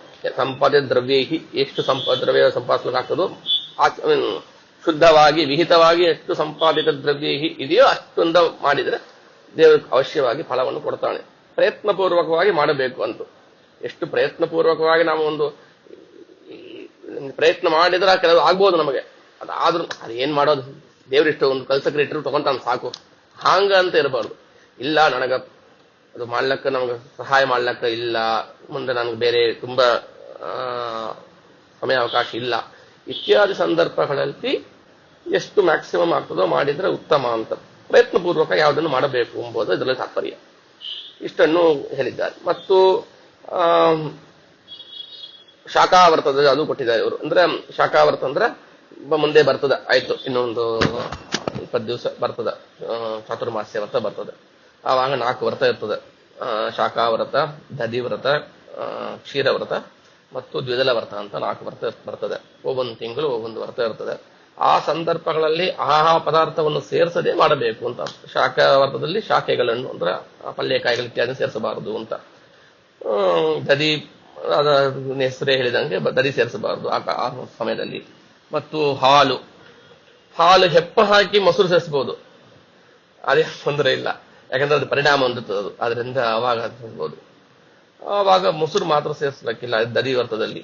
ಹಾಲು ವ್ರತದಲ್ಲಿ ಮೊಸರು ಸೇರಿಸಬಹುದು, ಪ್ರಾಬ್ಲಮ್ ಇಲ್ಲ. ಮತ್ತು ಮಜ್ಜಿಗೆ ಸೇರಿಸಬಹುದು. ಮಜ್ಜಿಗೆ ಹ್ಯಾಂಗ ಎಂಬುದನ್ನ ವಿಧಾನ ಕೊಟ್ಟಿದ್ದಾರೆ. ಅದು ತುಂಬಾ ತುಂಬಾ ಈ ಕೆನೆಗಳಿರಬಾರದು, ಮುಖ್ಯವಾಗಿ ಕೆನೆಗಳಿರಬಾರದು. ಮತ್ತು ಎಷ್ಟೋ ಒಂದು ಪಟ್ಟು 8 ಪಟ್ಟು ಏನೋ ನೀರು ಹಾಕಬೇಕು ಅಂತ ಹೇಳಿದ್ದಾರೆ. ಬೇಕಾದ್ರೆ ಯಾರಾದ್ರೂ ಹೇಳಬಹುದು. ಅಷ್ಟು ನೀರು ಸೇರಿಸಿ ಆ ಮಜ್ಜಿಗೆಯನ್ನು ಬೇಕಾದ್ರೆ ಸ್ವೀಕಾರ ಮಾಡಬಹುದು ಅದು ಆ ಟೈಮ್ಲಿ ದಧಿವ್ರತದಲ್ಲಿ. ಕ್ಷೀರವ್ರತದಲ್ಲಿ ಕ್ಷೀರವನ್ನು ಡೈರೆಕ್ಟ್ ಆಗಿ ಬಿಡಬೇಕು ಅಂತ ಇದೆ. ಆಮೇಲೆ ದ್ವಿದಲ ವ್ರತ ಅಂದ್ರೆ 2 ಒಡೆದ್ರೆ 2 ಆಗೋದು ಅಂತ ಅದು ಲಿಸ್ಟ್ ಇದೆ. ಅದು ಯಾವುದು, ಅದನ್ನು ಸೇರಿಸಬಾರ್ದು ಆ ಸಮಯದಲ್ಲಿ. ಇದನ್ನು ಸೇರಿಸದೇನೆ ವಿಹಿತವಾದ ರೀತಿಯಲ್ಲಿ ಅಡಿಗೆಯನ್ನು ಮಾಡಿ ಆ ಸಂದರ್ಭದಲ್ಲಿ ಯಾಕೆ ಇದ್ರು ಸೇರಿಸಬಾರ್ದು, ಪರಮಾತ್ಮನಿಗೆ ಏನಾಯ್ತು ಅದೆಲ್ಲ. ಅದರಿಂದ ನಾವು ಬಂದು ನಮಗ ವ್ರತ, ಪರಮಾತ್ಮನಿಗೇನು ವ್ರತ ಇಲ್ಲಲ್ಲ, ಅವನಿಗೆ ಯಥೇಷ್ಟವಾಗಿ ಏನ್ ಬೇಕಾದ್ರೆ ಆ ಸಂದರ್ಭದಲ್ಲಿ ನೈವೇದ್ಯ ಮಾಡಬಹುದಿಲ್ಲ. ದಧಿ ವ್ರತದಲ್ಲಿ ದಧಿ ಸೇರಿಸಿ ಮಾಡ್ತೇನೆ, ಕ್ಷೀರವ್ರತದಲ್ಲಿ ಕ್ಷೀರ ಸೇರಿಸಿ ಮಾಡ್ತೇನೆ ಅಂತ ಮಾಡಬಹುದಲ್ಲ. ಯಾಕೆ ಮಾಡೋದಿಲ್ಲ ಅಂದ್ರೆ ಪರಮಾತ್ಮನ ಆಜ್ಞೆ ಆಗಿದೆ. ವರಾಹ ಪುರಾಣದಲ್ಲಿ ಇದನ್ನು ಹೇಳಿದ್ದಾರೆ. ಪರಮಾತ್ಮನ ಆಜ್ಞೆ, ನನಗ ಆ ಸಂದರ್ಭದಲ್ಲಿ ಅದನ್ನು ಸೇರಿಸಬಾರದು. ಇನ್ನೊಂದು ಸಾಮಾನ್ಯವಾಗಿ ನೋಡಿದ್ರೆ ಸೇರಿಸಿದ್ರೆ ನೀವು ಅದನ್ನು ಸ್ವೀಕಾರ ಮಾಡ್ಲಿಕ್ಕಿಲ್ಲ. ನೀವೇನ್ ಮಾಡ್ತೀರಿ ಮತ್ತೆ ಎಸ್ತೀರ, ಅದನ್ನ ಎಸಿಲಿಕ್ಕಾಗೋದಿಲ್ಲ. ಅದರಿಂದ ನಾವು ಯಾವುದನ್ನು ಸ್ವೀಕಾರ ಮಾಡ್ತೇವೋ ಅದನ್ನು ದೇವರಿಗೆ ನೈವೇದ್ಯ ಮಾಡಬೇಕು. ದೇವರಿಗೆ ಏನು ನೈವೇದ್ಯ ಮಾಡಿದ್ರೆ ಅದನ್ನೇ ನಾವು ಸ್ವೀಕಾರ ಮಾಡಬೇಕು. ಹಿಂಗ ಪರಸ್ಪರಂ ಭಾವೆಯಂತಹ ಅಂತ ಇರೋಣದ್ರಿಂದ ನಾವು ಆ ಸಂದರ್ಭಗಳಲ್ಲಿ ಅದು ಅಂತ ರೀತಿಯಲ್ಲಿ ಏನಾದ್ರೂ ನಿಷಿದ್ಧವಾದದ್ದನ್ನು ಅರ್ಥಾತ್ ಬಂದು ಆ ವ್ರತ ಏನಿದೆ ಅದನ್ನು ಸೇರಿಸಿದ್ರೆ ಪರಮಾತ್ಮನನ್ನು ಏನ್ ಹೇಳ್ತಾರ, ಆ ಮುಳ್ಳು ಅದರ ಮೇಲೆ ಕೂಡಿಸಿದಂತೆ ಆಗ್ತದಂತ. ಪರಮಾತ್ಮನಿಗೆ ಮುಳ್ಳು ಆಸನವಾಗಿ ಕೊಟ್ಟು ದೇವರಿಗೆ ಕೂಡಿಸಿದ್ರೆ ಎಷ್ಟು ಪಾಪ, ಆ ಪಾಪ ಬರ್ತದ ಅಂತನೂ ಹೇಳಿದ್ದಾರೆ. ಇಷ್ಟು ಆದ ಮೇಲೆ ಇದು ಇಲ್ಲ ಸುಮ್ಮನೆ ಹ್ಯಾಂಗ ಒಂದು ನೈವೇದ್ಯದ ಒಂದು ರೂಲ್ಸ್ ಇದೆಲ್ಲ, ಬೇಸಿಕ್ ರೂಲ್ಸ್, ಫಂಡಮೆಂಟಲ್ಸ್. ಇಷ್ಟು ಆದ್ಮೇಲೆ ಏನ್ ಕೊಟ್ಟಿದ್ದಾರೆ ಇಲ್ಲಿಂದ್ರ ಚತುರಮಂಡಲಂ, ಚತುರ ಸ್ಕ್ವೇರ್ ಯಾವ ಸ್ಥಳದಲ್ಲಿ ಸ್ವಚ್ಛವಾಗಿರ್ತಕ್ಕಂಥ ಪರಮಾತ್ಮನಿಗೆ ಬಲಭಾಗದಲ್ಲಿ ಮಾಡಬೇಕು ಅಂತ ಸಾಮಾನ್ಯವಾಗಿ. ಇಲ್ಲ ಪರಮಾತ್ಮ ಬಲಭಾಗ ಗೋಡೆ ಅದಂತ ಏನ್ ಮಾಡ್ಲಿಕ್ಕಾದ್ರು ಲೆಫ್ಟ್ ತ ಮಾಡ್ಬೇಕು, ಸಾಧ್ಯ ಇಲ್ಲ. ಇಲ್ಲ ನೀವು ತಕ್ಕಂಗೆ ನೀವು ದೇವರ ಆ ಪೂಜೆ ಕೋಣೆಯನ್ನು ಹಂಗ ನೀವು ಮಾಡಬೇಕು. ನೀವು ದೇವರಿಗೆ ರೈಟ್ ಸೈಡ್ಲಿ ನೈವೇದ್ಯ ಮಾಡುವಂತೆ ಬರಬೇಕು ಸಾಮಾನ್ಯವಾಗಿ.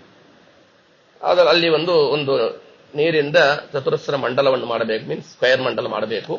ಮಾಡಿದ ಮೇಲೆ ಅಲ್ಲಿ ಶ್ರೀ ಓಂ ಇತ್ಯಾದಿಗಳನ್ನ ಅಲ್ಲಿ ಒಂದು ರಂಗೋಳದಿಂದಲೋ ಅಂದ್ರೆ ಒಂದು ಹರಸನದಿಂದಲೋ ಅದನ್ನ ಅಲ್ಲಿ ಬರಿಬೇಕು ಅಂತ. ಮತ್ತು ಕೆಲವು ಪುಷ್ಪಗಳನ್ನು ಅಲ್ಲಿ ಇಟ್ಟು ಅಲಂಕಾರವನ್ನು ಆ ಮಂಡಲದಲ್ಲಿ ಮಾಡಬೇಕು. ಮಾಡಿದ ಮೇಲೆ ಆ ನೈವೇದ್ಯವನ್ನು ತಂದು ಅಲ್ಲಿ ಇಡಬೇಕು. ಹ್ಯಾಂಗ್ ಇಡಬೇಕು ಅಂತ ಒಂದು ವಿಧಾನ ಕೊಟ್ಟಿದ್ದಾರೆ, ಅದನ್ನು ನೋಡೋಣ.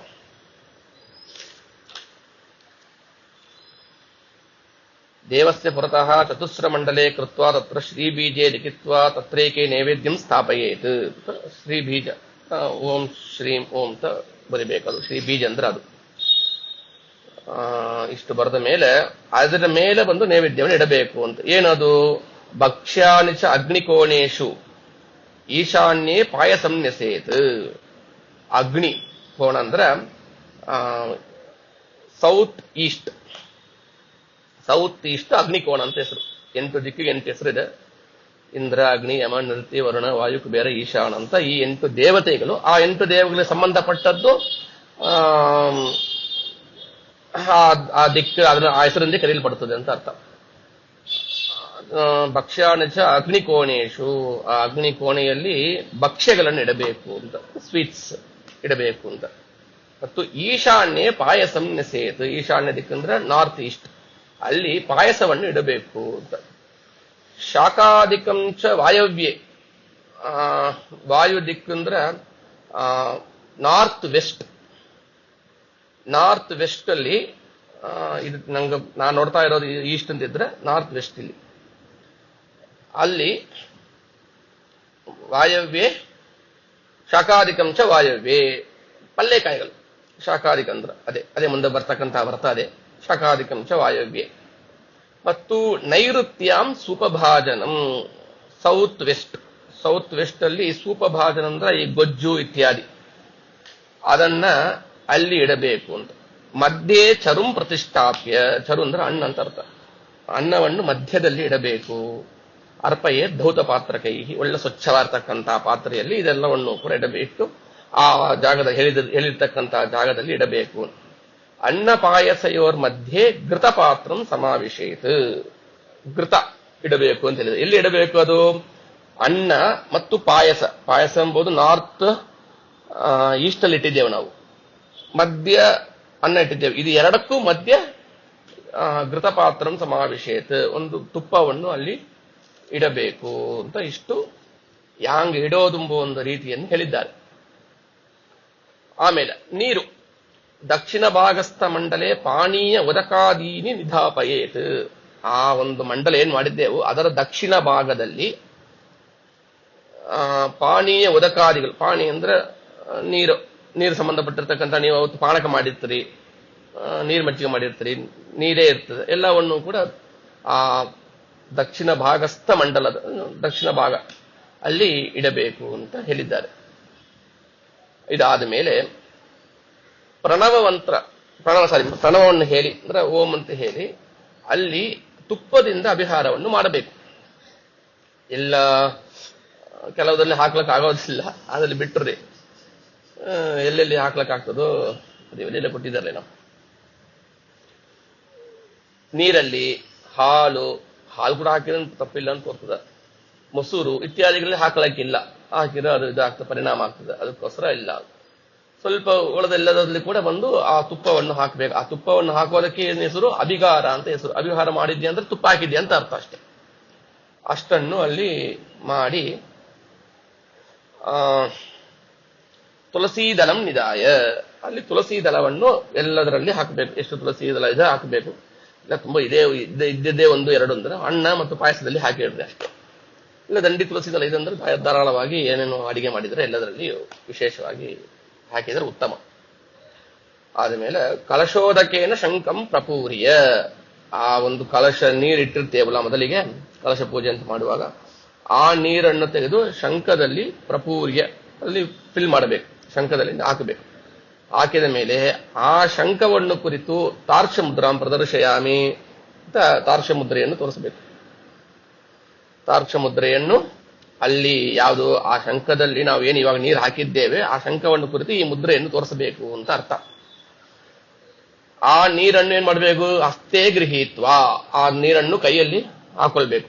ನೇರವಾಗಿ ಶಂಖದಿಂದ ಹಾಗೆ ನೀವು ಬಂದು ಆ ನೈವೇದ್ಯದಲ್ಲಿ ಆ ನೀರನ್ನು ಹಾಕಲಿಕ್ಕಿಲ್ಲ, ಕೈಯಲ್ಲಿ ಸ್ವೀಕಾರ ಮಾಡಿಯೇ ಹಾಕಬೇಕು ಅಂತ ಶಾಸ್ತ್ರ ಇದೆ, ಅದಕ್ಕೆ ಕೊಟ್ಟಿದ್ದಾರೆ. ತದುದಕಂ ಹಸ್ತೇ ಗೃಹೀತ್ವ ತಕೊಂಡು ಮೂಲ ಮಂತ್ರೇನ ಅಷ್ಟವಾರಂ ಅಭಿಮಂತ್ರ್ಯ, ಮೂಲ ಮಂತ್ರ ಅಂತ ಹಿಂದೆ ನೋಡಿದ ರೀತಿಯಲ್ಲಿ ಓಂ ನಮೋ ನಾರಾಯಣ ಎಂಬುದು ಮೂಲ ಮಂತ್ರ. ಆ ಮೂಲ ಮಂತ್ರವನ್ನು 8 ಸಲ ಹೇರಿ ಆ ನೀರನ್ನು ನಾವು ಅಭಿಮಂತ್ರಣ ಮಾಡಬೇಕು. ಅದಾದ ಮೇಲೆ ನಾರಾಯಣ, ಇದು ನೀವು ಆ ಅಭಿಮಂತ್ರಣ ಎಂಬುದು ಮೊದಲಿಗೆ ಮಾಡಿಟ್ರಿ ಅಥವಾ ಉತ್ತಮ. ಅದು ಶಂಖದಲ್ಲಿ ಇರುವಾಗಲೇನೆ ಅಭಿಮಂತ್ರಣ ಮಾಡಿ ಆಮೇಲೆ ನೀವು ಕೈಲಿ ಆ ನೀರನ್ನು ಹಾಕಿಲ್ರಿ. ಇಲ್ಲಿ ರಿವರ್ಸ್ಲಿ ಕೊಟ್ಟಿದ್ದಾರೆ, ಇಲ್ಲಿ ಅದು ಹಿಂಗೆ ಬರಬೇಕಷ್ಟು. ಮೊದಲಿಗೆ ಅಭಿಮಂತ್ರಣ ಮಾಡಿ ಆಮೇಲೆ ಹಸ್ತೇ ಗೃಹೀತ್ವ ಅಂತ ಇರಬೇಕು ಅಷ್ಟೇ. ಓಂ ಆಮೇಲೆ ನಾರಾಯಣಾಯ ವಿದ್ಮಹೇ ವಾಸುದೇವಾಯ ಧೀಮಹಿ ತನ್ನೋ ವಿಷ್ಣು ಪ್ರಚೋದಯಾತ್ ಅಂತ ಈ ಒಂದು ವಿಷ್ಣು ಗಾಯತ್ರಿ ಇದನ್ನ ಹೇಳಿ ನೈವೇದ್ಯಂ ಪ್ರೋಕ್ಷ್ಯ ಆ ನೀರಲ್ಲಿ ಕೈಯನ್ನು ಏನ್ ನೀರು ಹಾಕಿದ್ರಿ ಅದೆಲ್ಲ ಆ ನೈವೇದ್ಯ ಪದಾರ್ಥಗಳಲ್ಲಿ ಪ್ರೋಕ್ಷಣೆಯನ್ನು ಮಾಡಿ ಅಲ್ಲಿ ಮತ್ತು ಏನ್ ಮಾಡಬೇಕು, ಇವಾಗ ಷಣ್ಮುದ್ರೆಗಳನ್ನು ತೋರಿಸಬೇಕು. ಅಮೃತೀಕರಣಾರ್ಥಂ ದೇನ ಮುದ್ರಾಂ ಪ್ರದರ್ಶ್ಯಾಮಿ, ಪವಿತ್ರೀಕರಣಾರ್ಥಂ ಶಂಖ ಮುದ್ರಾಂ ಪ್ರದರ್ಶ್ಯಾಮಿ, ಸಂರಕ್ಷಣಾರ್ಥಂ ಚಕ್ರ ಮುದ್ರಾಂ ಪ್ರದರ್ಶ್ಯಾಮಿ, ದಿಗ್ಬಂಧನಾರ್ಥಂ ಗೊತ್ತಿಲ್ಲ ದಿಗ್ಬಂಧನ ಗದಾಮುದ್ರಾಂ ಪ್ರದರ್ಶ್ಯಾಮಿ, ಅಭಿವೃದ್ಧ್ಯರ್ಥಂ ಗಿರಿಮುದ್ರಾಂ ಪ್ರದರ್ಶ್ಯಾಮಿ, ಶೈತಲ್ಯಾರ್ಥಂ ಶಶಿಮುದ್ರಾಂ ಪ್ರದರ್ಶಯಾಮಿ. ಇದು ಈ ಮುದ್ರೆಗಳನ್ನು ಹ್ಯಾಂಗಂತ ಹೇಳಿದ್ದೇವೆ, ನೋಡಿ ತಿಳ್ಕೊಳ್ರಿ. ಇಲ್ಲಿ ಅಭಿವೃದ್ಧ್ಯರ್ಥಂ ಗಿರಿಮುದ್ರಾಂ ಪ್ರದರ್ಶಯಾಮಿ ಅಂತ ಒಂದು ಕೊಟ್ಟಿದ್ದಾರೆ, ಅದು ಹಿಂದೆ ಬಂದಿಲ್ಲ. ಇದು ಹೆಸರು ಗಿರಿಮುದ್ರಾ ಅಂತ ಹೆಸರು ಇದಕ್ಕೆ. ಯಾಕೆಂದ್ರ ಅಭಿವೃದ್ಧ್ಯರ್ಥಂ ಇದು ಇನ್ನು ಬೆಳೆಯಲಿ ಎಂಬುದಕ್ಕೋಸ್ಕರವಾಗಿ ಗಿರಿಮುದ್ರಾಂ ಪ್ರದರ್ಶಯಾಮಿ ಅಂತ. ಇನ್ನೊಂದು ಶೈತಲ್ಯಾರ್ಥಂ ಶಶಿಮುದ್ರಾಂ ಪ್ರದರ್ಶಯಾಮಿ ಅಂತ. ಶಶಿಮುದ್ರಾ ಇದು ಶಶಿಮುದ್ರ. ಶಶಿಮುದ್ರಾಂ ಶಶಿಮುದ್ರ ಅಂತ ಶಶಿ ಅಂದ್ರೆ ಚಂದ್ರ ಅಂತ ಅರ್ಥ. ಶಶಃ ಅಸ್ಯ ಅಸ್ತಿ ಇತಿ ಶಶಿ ಅಂದ್ರೆ ಶಶ ಅಂದ್ರ ಮುಯಲ್. ಆ ಮುಯಲ್ನ ಒಂದು ಇಮೇಜ್ ಆ ಚಂದ್ರನಲ್ಲಿ ಕಾಣಿಸ್ತದಂತ. ಕಲಂಕ ಅಂತ ಹೇಳ್ತೇವೆ, ಚಂದ್ರ ಕಲಂಕ ಅಂತ ಹೇಳ್ತೇವಲ್ಲ, ಅದಕ್ಕೋಸ್ಕರ ಶಶ ಇರೋದು ಶಶಿ, ಯಾವ್ದು ಚಂದ್ರ ಅಂತ ಅರ್ಥ. ಅಂತ ಚಂದ್ರ ಏನ್ ಮಾಡ್ತಾನ, ಶೀತಲ ಮಾಡ್ತಾನೆ. ತುಂಬಾ ಬಿಸಿ ಬಿಸಿ ಬಿಸಿ ಬಿಸಿ ಇದ್ರೆ ಏನ್ ಮಾಡೋದು, ಶೀತಲ ಮಾಡಬೇಕು. ಅದಕ್ಕೋಸ್ಕರವಾಗಿ ಶಶಿಮುದ್ರಾಂ ಪ್ರದರ್ಶಯಾಮಿ ಅಂತ ಈ ಮುದ್ರೆಗಳನ್ನು ಅಲ್ಲಿ ತೋರಿಸಬೇಕು. ಇವಾಗೇನು ಪ್ರೋಕ್ಷಣೆ ಮಾಡಿದ್ದೆವು, ಆಮೇಲೆ ಈ ಮುದ್ರೆಗಳನ್ನು ಅಲ್ಲಿ ನಾವು ತೋರಿಸಿದ್ದೆವು. ಇವಾಗ ಸತ್ಯಂ ತ್ವತ್ತೇನ ಪರಿಶಿಂಚಾಮಿ ಅಂತ ಹೇಳಿ ಇವಾಗ ಆ ನೈವೇದ್ಯಕ್ಕೆ ಪರಿಶೇಚನ ಮಾಡಬೇಕು. ಇವಾಗ ಪರಿಶೇಚನ ಮಾಡಿದ ಮೇಲೆ ಏನ್ ಮಾಡಬೇಕು, ಆ ಶಂಖದಲ್ಲಿ ನೀವು ನೀರು ಹಾಕಿಟ್ಟಿರ್ತೀರಲ್ವಾ ಮೊದಲಿಗೆ, ಅದನ್ನು ಸ್ವಲ್ಪ ಕೈಯಲ್ಲಿ ತಗೊಂಡು ಬ್ಯಾಲೆನ್ಸ್ ಅದರಲ್ಲೇ ಇರಲಿ, ಅರ್ಧ ಅದರಲ್ಲೇ ಇರಲಿ, ಸ್ವಲ್ಪ ಒಂದು ಮಾತು ತಗೊಂಡು ನೀವು ಎಲ್ಲ ನೈವೇದ್ಯ ಪದಾರ್ಥದಲ್ಲಿ ಪ್ರೋಕ್ಷಣೆ ಮಾಡ್ರಿ. ಉಳಿದಿರ್ತಕ್ಕಂಥದ್ದನ್ನು ಇವಾಗ ಒಂದು ಪ್ಯಾಳಾದಲ್ಲಿ ಬಿಡ್ತಾ ಬರಬೇಕು. ಏನೋ ಮಹಾಲಕ್ಷ್ಮಿ ಸಮೇತಸ್ಯ ವಿಷ್ಣೋತೆ ದಕ್ಷಿಣೇ ಕರೆ ಆಪೋಷಣಂ ದೀಯಮಾನಂ ಪಿಬ ದೇವ ರಮಾಪತೆ. ಮಹಾಲಕ್ಷ್ಮಿ ಸಾಕ್ಷಾತ್ ಅವಳಿಂದ ಕೂಡಿರ್ತಕ್ಕಂಥವನಾದ ಪರಮಾತ್ಮನೇ ವಿಷ್ಣುವೇ, ನಿನ್ನ ದಕ್ಷಿಣ ಕರದಲ್ಲಿ, ನಿನ್ನ ರೈಟ್ ಹ್ಯಾಂಡ್ ಅಲ್ಲಿ ನಾನು ಇದು ಕೊಡ್ತಾ ಇದ್ದೇನೆ. ಯಾವುದನ್ನ, ಈ ಆಪೋಷಣವನ್ನು ಕೊಡ್ತಾ ಇದ್ದೇನೆ. ಅದನ್ನು ಏನ್ ಮಾಡು, ಆಪೋಷಣಂ ದೀಯಮಾನ, ಈ ಕೊಡ್ತಕ್ಕಂಥದ್ದಾದ ಈ ಆಪೋಷಣವನ್ನು ಹೇ ರಮಾಪತಿಯೇ, ಹೇ ದೇವನೇ ಪಿಬ ಕುಡಿ, ಅದು ಹಾಂಗ ಅಂತ ಹೇಳಿ ನಾವು ಅಲ್ಲಿ ಆ ಒಂದು ಪ್ಯಾಳಾದಲ್ಲಿ ಒಂದು ಸ್ವಲ್ಪ ಆಗ್ಬೇಕು ಅಂತ. ಇದಾದ ಮೇಲೆ ಅಮೃತೋಪಸ್ತರಣಮಸಿ ಸ್ವಾಹ ಅಂತ ಹೇಳಿ ಮತ್ತು ಅದಕ್ಕೆ ಆದ ಶಂಕದಿಂದ ಇನ್ನೊಂದು ಸಲ ಇವಾಗ ಆಪೋಷಣ ಕೊಟ್ಟೆವು. ಇದು ಅಪೋಷಣ ಮಂತ್ರ, ಇದು ಅಮೃತೋಪಸ್ತರಣಮಸಿ ಸ್ವಾಹ ಅಂತ ಹೇಳಿ ಅದನ್ನ ಕೊಟ್ಟ ಮೇಲೆ ಪ್ರಾಣಾಯ ಸ್ವಾಹ, ಅಪಾನಾಯ ಸ್ವಾಹ, ವ್ಯಾನಾಯ ಸ್ವಾಹ, ಉದಾನಾಯ ಸ್ವಾಹ, ಸಮಾನಾಯ ಸ್ವಾಹ, ಬ್ರಹ್ಮಣೇ ಸ್ವಾಹ ಅಂತ, ಬ್ರಹ್ಮಣೇ ಸ್ವಾಹ ಅಂತ ಇದೆ. ಇದನ್ನು ನಾವು ಅಲ್ಲಿ ಮತ್ತು ಶಂಖದಿಂದ ಡೈರೆಕ್ಟ್ ಪಾಯಳದಲ್ಲಿ ಹಾಕಬೇಕು. ಮೊದಲಿಗೆ ಸ್ವಲ್ಪ ನೀರು ತಗೊಂಡು ಅದು ಅಲ್ಲಿ ಪ್ರೋಕ್ಷಣೆ ಮಾಡಿದೆವು ನೈವೇದ್ಯಕ್ಕೆ. ಇನ್ನೂ ಸ್ವಲ್ಪ ಉಳಿದಿರ್ತಕ್ಕಂಥ ನೀರನ್ನು ನಾವೇನ್ ಮಾಡಬೇಕು, ಕೈಯಲ್ಲಿ ತಗೊಳ್ಳೋದಿಲ್ಲ, ಎಂದು ಆಪೋಷಣಕ್ಕೋಸ್ಕರವಾಗಿ ಸ್ವಲ್ಪ ಪ್ಯಾಳಾದಲ್ಲಿ ಬಿಡಬೇಕು. ಅದಾದ ಮೇಲೆ ಪ್ರಾಣಾಯ ಸ್ವಹ, ಅಪಾನಾಯ ಸ್ವಹ, ವ್ಯಾನಾಯ ಸ್ವಹ, ಉದಾನಾಯ ಸ್ವಹ, ಸಮಾನಾಯ ಸ್ವಹ, ಬ್ರಹ್ಮಣಯ ಸ್ವಹ ಅಂತ ಮತ್ತು ಒಂದಕ್ಕೂ ಕೂಡ ಶಂಖದಿಂದ ಡೈರೆಕ್ಟ್ ಆಗಿ ಬಿಡ್ತಾ ಬರಬೇಕು.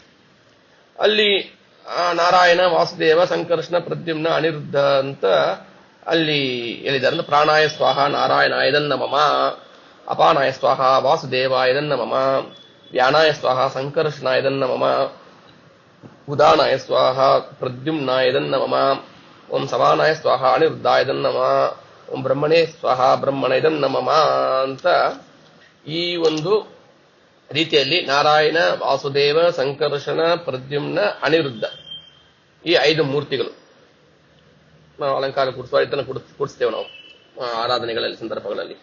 ಅದೇ 5 ರೂಪಗಳನ್ನು ಇಟ್ಟುಕೊಂಡು ಒಬ್ಬೊಂದು ಪ್ರಾಣಾಯ ಸ್ವಾಹ ನಾರಾಯಣ, ಪ್ರಾಣಾಯ ಸ್ವಾಹ ವಾಸುದೇವ ಹಿಂಗೆ ಹೇಳ್ತಾ ಆ ಆಪೋಷಣವನ್ನು ಇದು ಕೊಟ್ಟಬೇಕು ಅಂತ. ಡೌಟ್ಸ್ ಏನಾದ್ರೂ ಇದೆಯಾ ಇಲ್ಲಿ? ಆಮೇಲೆ ಆಚಾರ್ಯ ನೈವೇದ್ಯ ಮಾಡ್ಲಿಕ್ಕೆ ಮುಂಚೆ ದ್ವಾದಶ ಸ್ತೋತ್ರ ಹೇಳ್ಬೇಕಾ ಇಲ್ಲ ನೈವೇದ್ಯ ಆದ ಮೇಲೆ ದ್ವಾದಶ ಸ್ತೋತ್ರ ಹೇಳ್ಬೇಕಾ? ಮೊದಲಿಗೆ ಹೇಳೋಂತ ಪದ್ಧತಿ, ಆಮೇಲೆ ತಪ್ಪು ಹಿಂಗ ತಾ ಹೇಳಬೇಕು ಅಂತ ಏನು ಇದಿಲ್ಲ. ಮೊದಲಿಗೆ ಹೇಳೋ ಶುರು ಮಾಡೋದು, ಎಷ್ಟು ತನಕ ಆಗ್ತದೋ ಹೇಳ್ತಾ ಇರೋದು, ಆಮೇಲೆ ನೈವೇದ್ಯ ಮಾಡೋದು ಅಂತ. ಇಲ್ಲ ಯಾರಾತಂತ ಹೇಳಿದಾರೆ, ನಿಮ್ಮ ಮಕ್ಕಳು ಮೊಮ್ಮಕ್ಳು ಯಾರ ಇದ್ರು ಅಂದ್ರೆ ಅವ್ರನ್ನ ನೀ ಹೇಳ್ತಾ ಇರಪ್ಪ, ನಾನು ನೈವೇದ್ಯ ಮಾಡ್ತಾ ಇರ್ತೇನೆ ಅಂತ ಈ ಪ್ರಕಾರ ಈ ಕ್ರಮಗಳನ್ನು ನೀವು ಮಾಡ್ತಾ ಇರ್ಬೋದು, ಅವ್ರು ಅಲ್ಲಿ ಹೇಳ್ತಾ ಇರ್ಬೋದು. ಇಷ್ಟಾದ್ಮೇಲೆ ಇಲ್ಲೇ ಇವರು ಇದು ಕೊಟ್ಟಿದ್ದಾರೆ. ಸೌವರ್ಣೆ ಸ್ಥಾಳಿವರ್ಗೆ ಹಿ ಮಣಿಗಣ ಖಚಿತೈ ಗೋಗೃತಾಕ್ತಾಂಸ ಪಕ್ವಾನ್ ಭಕ್ಷ್ಯಾನ್ ಭೋಜ್ಯಾನ್ ಶಲೇಖ್ಯಾನ್ ಅಪಿ ಪರಮ ಮಹತ್ ಶೋಷ್ಯಮಣ್ಣಂ ನಿಧಾಯ ನಾನಾ ಶಾಖೇರುಪೇತಂ ದಧಿ ಮಧು ಸುಗೃತಂ ಕ್ಷೀರಪಾನೀಯುಕ್ತಂ ತಾಂಬೂಲಂ ಶಾಪಿ ವಿಷ್ಣೋ ಪ್ರತಿ ದಿವಸಮಹಂ ಮಾನಸಂ ಚಿಂತೆಯಾಮಿ ಹಂಗಂತ ಕೊಟ್ಟಿದ್ದಾರೆ. ಸ್ಥೂಲವಾಗಿ ಇದರ ಅರ್ಥವನ್ನು ತಿಳಿಯೋಣ. ಸೌವರ್ಣೈಹಿ ಸ್ಥಾಳಿವರ್ಗೈಹಿ, ಸೌವರ್ಣ ಅಂದ್ರೆ ಸುವರ್ಣ, ಗೋಲ್ಡ್, ಅದರಿಂದ ಮಾಡಿರ್ತಕ್ಕಂಥದ್ದಾದ ಆ ಪಾತ್ರೆ ಸ್ಥಾಳಿವರ್ಗ. ಅದೆಂತಹದ್ದು ಅಂದ್ರೆ ಮಣಿಗಣ ಖಚಿತ, ಮಣಿಗಳು ಅನೇಕ ನವರತ್ನ ಮಣಿಗಳು ಇರ್ತದಲ್ಲ, ಅದರಿಂದ ಖಚಿತವಾದದ್ದು ಕೂಡಿರ್ತಕ್ಕಂಥದ್ದು. ಮತ್ತು ಆ ನೈವೇದ್ಯ ಏನ್ ಮಾಡ್ತೇವೆ ನಾವು, ಅದರಿಂದ ಗೋಘೃತಾಕ್ತಾನ್ ಸುಪಕ್ವಾನ್, ಗೋಘೃತ ಆಕಳಿನ ತುಪ್ಪ, ಅದು ಸುಪಕ್ವ ಚೆನ್ನಾಗಿ ಪಕ್ವ ಮಾಡಿರ್ತಕ್ಕಂಥದ್ದು. ಭಕ್ಷ್ಯಾನ್ ಪಕ್ವ ಮಾಡಿರ್ತಕ್ಕಂಥದ್ದಾದ ಭಕ್ಷ್ಯಗಳು, ಭೋಜ್ಯ ತಿನ್ನಲ್ಪಡತಕ್ಕಂಥದ್ದು, ಲೇಖ್ಯನ್ ಲಿಕ್ ಮಾಡ್ತೇವಲ್ಲ ಅದು, ಇಂತಹದ್ದನ್ನು ಮತ್ತು ಅನ್ನಂ ಅದು ಕೊಟ್ಟಿಲ್ಲ. ಗಾಯತ್ರಿ ಮಂತ್ರ ಹೇಳ್ಬೋದು, ನಾರಾಯಣಾಯ ವಿದ್ಮಹಿ ಅಂತಾನೆ ಕೊಟ್ಟಿದ್ದಾರೆ. ನಾವು ಕೂಡುವಾಗ ನಾವು ಗಾಯತ್ರಿ ಮಂತ್ರ ಹೇಳಿ ಪ್ರದಕ್ಷಿಣೆ ಮಾಡ್ತೇವೆ. ಇಲ್ಲಿ ದೇವರಿಗೆ ಹೇಳುವಾಗ ಅವರು ಅದು ಹೇಳಿಲ್ಲ. ಅವರು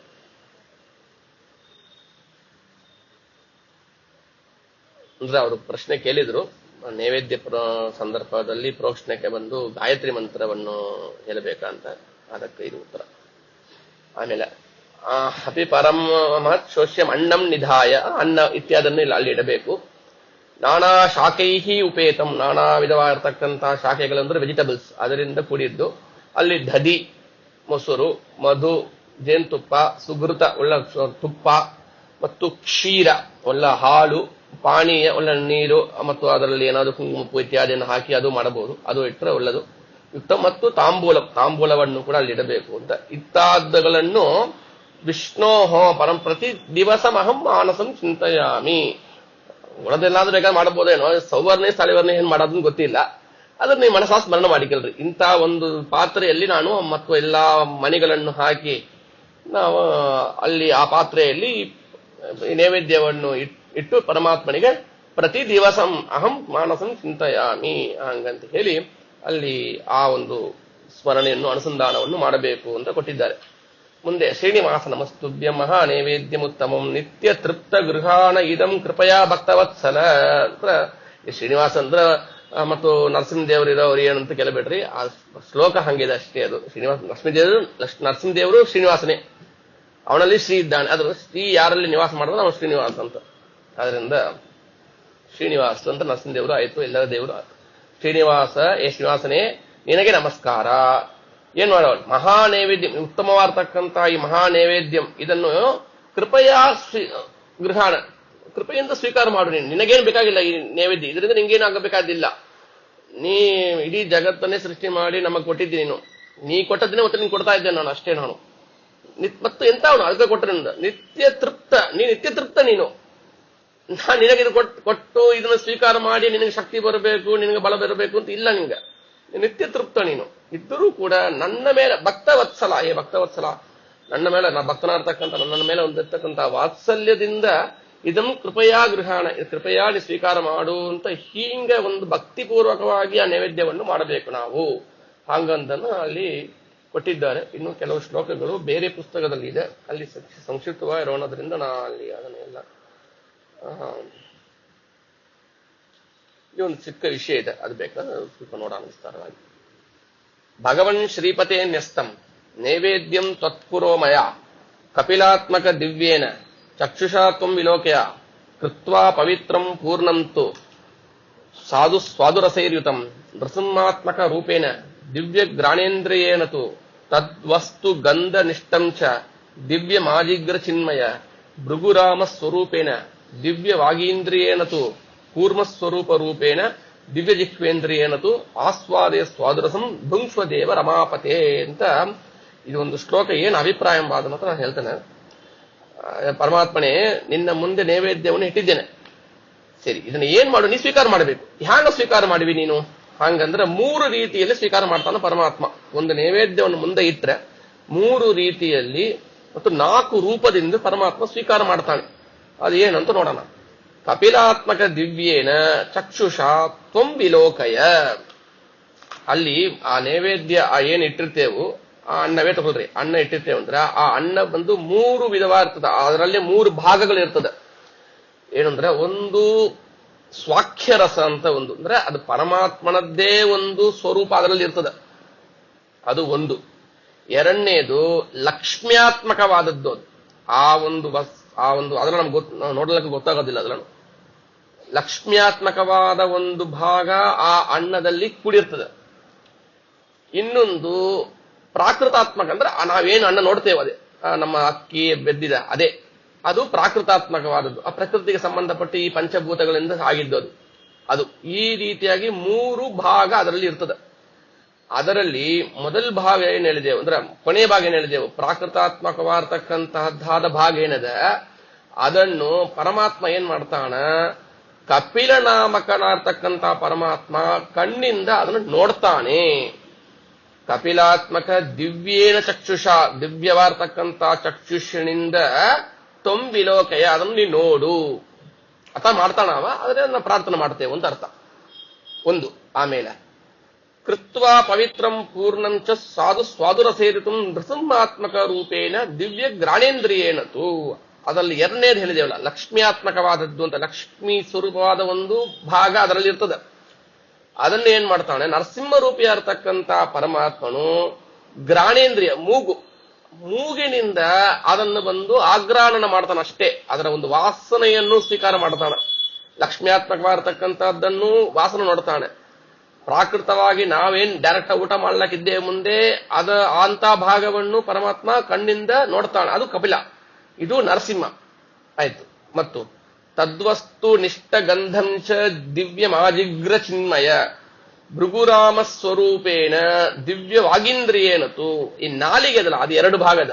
ಅದರಲ್ಲಿ ನಮ್ಮಲ್ಲಿ ಏನೋ ಒಂದು ವಾಕ್, ನಾವು ಮಾತಾಡ್ಲಕ್ಕ ನಾಲಿಗೆ ಯೂಸ್ ಆಗ್ತದೆ, ಮತ್ತು ಇನ್ನೊಂದು ಟೇಸ್ಟ್, ಜಿಹ್ವೆ. ಅದು 2 ರೀತಿ ಇರ್ತದೆ ನಮಗ.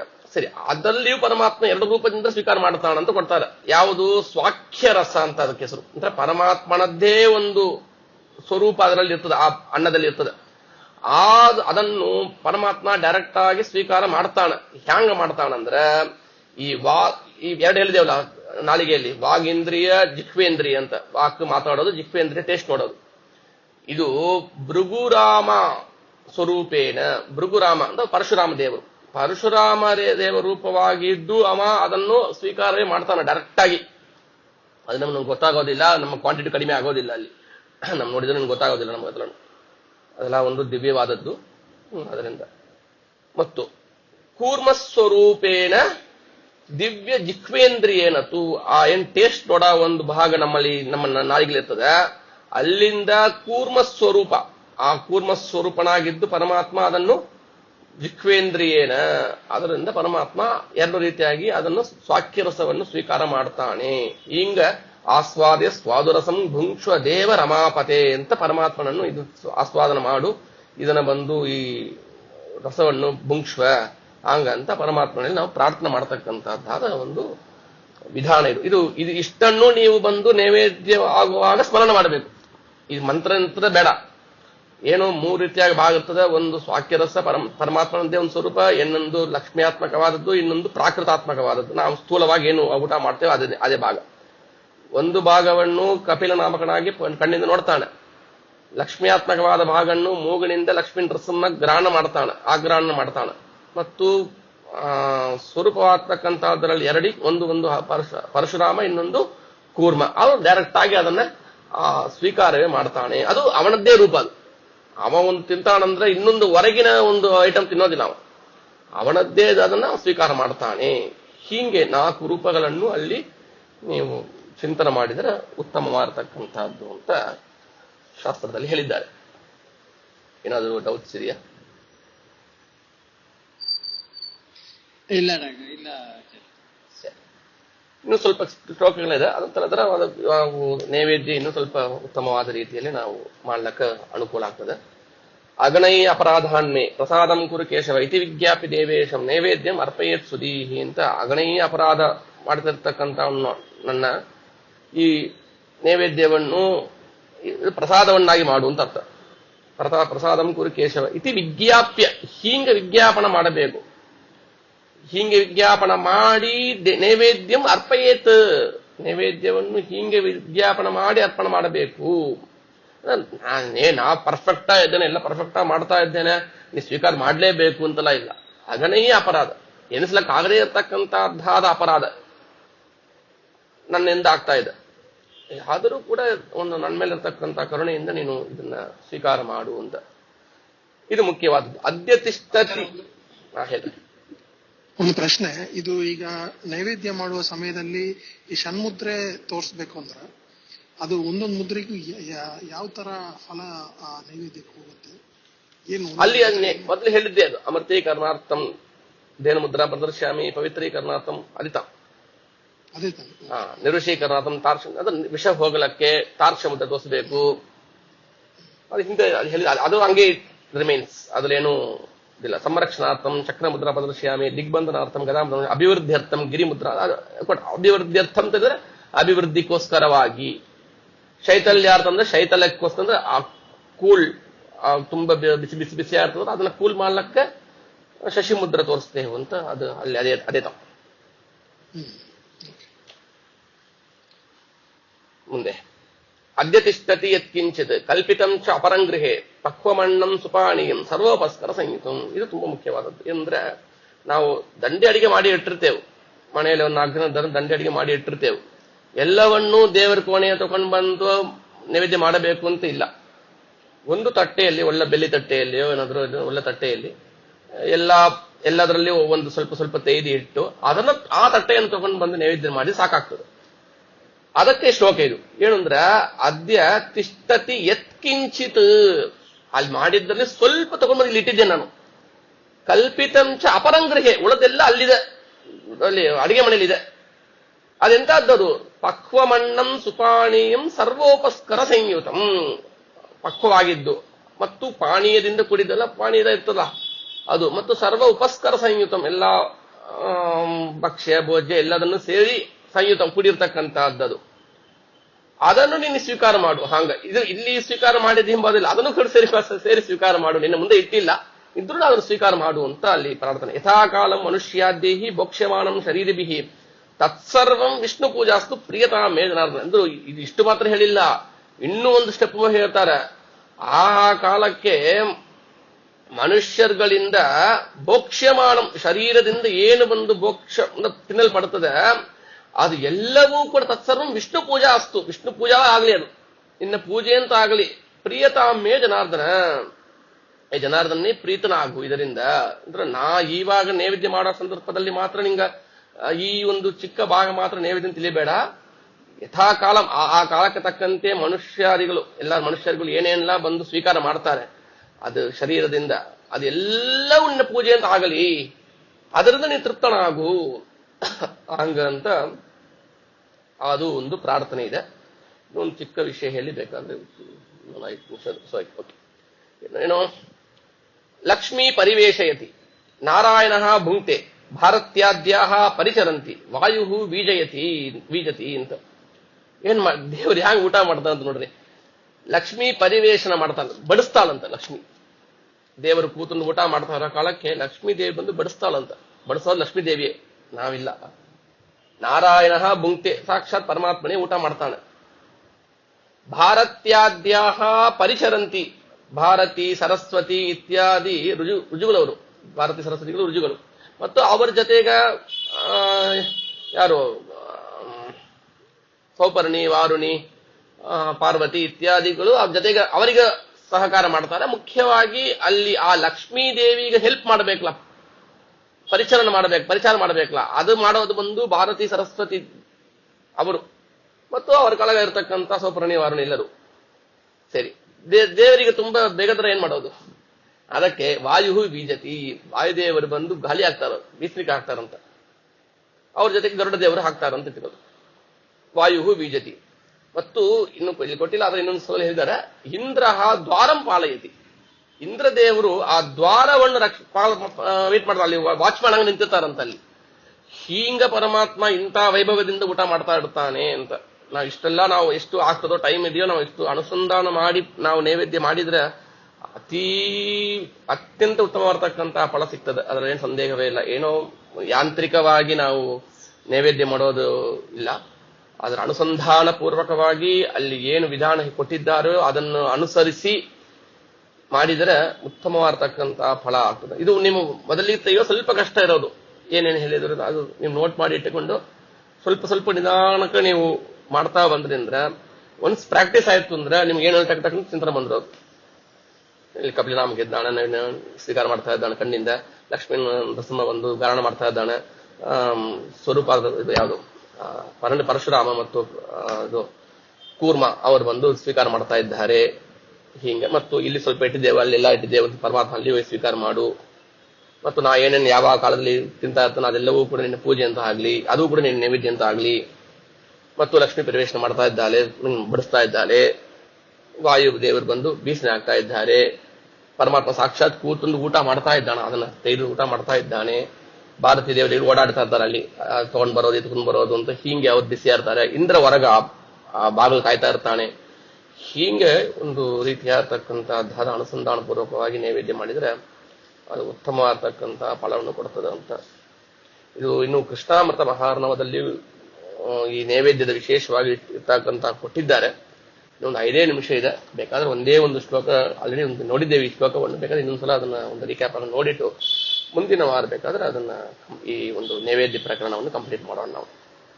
ಇನ್ನು ಸ್ವಲ್ಪವೇ, ಅದು ತುಂಬಾ ಇಲ್ಲ ಇದರಲ್ಲಿ. ಅಂದ್ರೆ ಇದು ಬೇಕಾದ್ರೆ ಇಲ್ಲೇ ಮುಸುರಾಣ. ರಮಾ ಬ್ರಹ್ಮಾದಿಭಿರ್ದೇವೈ ನೇಮೇನ ಸಮರ್ಪಿತಂ ಭಕ್ತಾನುಗ್ರಹ ಕಾಮೇನ ಸ್ವೀಕರ್ತವ್ಯಂ ತ್ವಯಾ ಹರೇ. ರಮಾ ಬ್ರಹ್ಮಾದಿ ದೇವತೆಗಳಿಂದ ನಿಯಮೇನ ಸಮರ್ಪಿತಂ. ನಾವೊಂದು ದಿವಸ ಪೂಜೆ ಮಾಡ್ತೇವೆ, ಮಾಡೋದಿಲ್ಲ, ಏನೋ ಕಾಲಕ್ಕೆ ಮಾಡ್ತೇವೆ, ಹೆಂಗೋ ಮಾಡ್ತೇವೆ, ಏನೇನೋ ಮಾಡ್ತೇವೆ, ಯಾವುದೂ ನಿಶ್ಚಯ ಇಲ್ಲ. ನಾಳೆ ಬೇಗ ಪೂಜೆ ಮಾಡ್ತೇವೋ ಇಲ್ಲವೋ ಅಂತ ನಮ್ಗೆ ಗೊತ್ತಿಲ್ಲ ನಮಗೆ. ಆದ್ರೆ ರಮಾ ಬ್ರಹ್ಮಾದಿ ದೇವತೆಗಳು ನಿಯಮೇನ ಮಾಡ್ತಾರೆ. ಒಂದು ದಿವಸನೂ ಬಿಡೋದಿಲ್ಲ, ಅವರು ಒಂದು ಕ್ಷಣವೂ ಬಿಡೋದಿಲ್ಲ. ಅವ್ರು ನೈವೇದ್ಯ ಪೂಜೆ ಮಾಡೋದು, ಇದು ಮಾಡೋದು. ಅಂತ ನೈವೇದ್ಯ ಏನ್ ಮಾಡ್ತಾ ಇದ್ದಾನೆ ಅಂತದನ್ನು, ಅಂತ ನೈವೇದ್ಯ ನಾನು ಮಾಡ್ತಾ ಇದ್ದಾನೆ.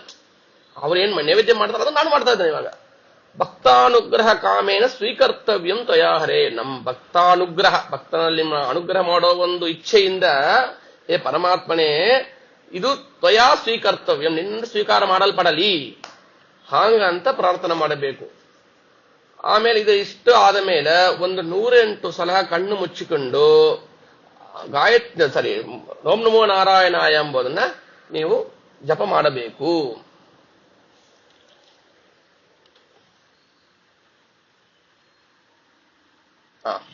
ನೈವೇದ್ಯಂ ಅನಿಕ್ಷಮಾಣ ಅಷ್ಟೋತ್ತರ ಶತ ಮೂಲ ಮಂತ್ರಂ ಜಪೇತ್.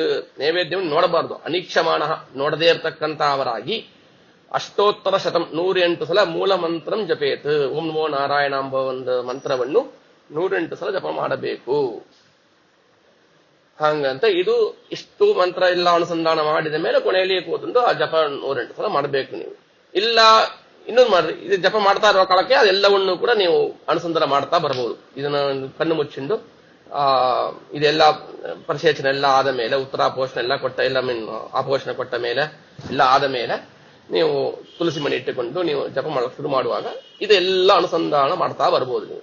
ಹಿಂಗ ಪರಮಾತ್ಮ ಬಂದು ಇದ್ದಾನೆ, ಹಿಂಗೆ ತಿಂತಾನೆ, ಹಿಂಗೆ ಮಾಡ್ತಾನೆ ಎಂಬುದನ್ನ. ಮತ್ತು ನಿತ್ಯವೂ ಇವನಿಗೆ ನಿತ್ಯ ತೃಪ್ತ, ಇವನಿಗೇನು ಬೇಕಾದಿಲ್ಲ ಇದ್ರು ನನ್ನ ಒಂದು ಏನು ಇವ ನನ್ನ ಮೇಲೆ ಅನುಗ್ರಹ ಮಾಡಲಿ ಎಂಬುದಕ್ಕೋಸ್ಕರ ಕೊಡ್ತಾ ಇದ್ದೇನೆ. ನನಗಂತೂ ಅವನ ಅವಶ್ಯಕತೆ ಇದೆ, ನಾನು ಅವನ ಸೇವೆ ಮಾಡಬೇಕು, ಅದಕ್ಕೋಸ್ಕರ ಮಾಡ್ತಾ ಇದ್ದೇನೆ ಹಾಂಗೆಂಬುದನ್ನ ಒಂದು ಈ ಅನುಸಂಧಾನ ಪೂರ್ವಕವಾಗಿ ಮಾಡಿ. ಮತ್ತು ಕೊನೆಯಲ್ಲಿ ಬಂದು ಮಹಾಲಕ್ಷ್ಮಿಯ ದೀಯಮಾನಂ ಕರೇತಿ ದಕ್ಷಿಣೇನಗ ಉತ್ತರಾಪೋಷಣಂ ದಿವ್ಯಂ ಪಿಬ ದೇವ ರಮಾಪತೆ. ಮಹಾಲಕ್ಷ್ಮಿಯಿಂದ ಕೊಡಲ್ಪಡತಕ್ಕಂತಹದ್ದಾದ ಪರಮಾತ್ಮ ನಿನ್ನ ದಕ್ಷಿಣ ಕೈಯಲ್ಲಿ ಕೊಡ್ತಕ್ಕಂಥದ್ದು ಎಂತ ಅವನು ಅನಘ, ಪಾಪ ಇಲ್ಲ. ಅಘ ಅಂದ್ರ ಪಾಪ ಅಂತ ಅರ್ಥ, ಅನಘ ಅಂದ್ರ ಪಾಪ ಇಲ್ಲದೆ ಇರತಕ್ಕಂತ ಅವನು ಅಂತ ಅರ್ಥ.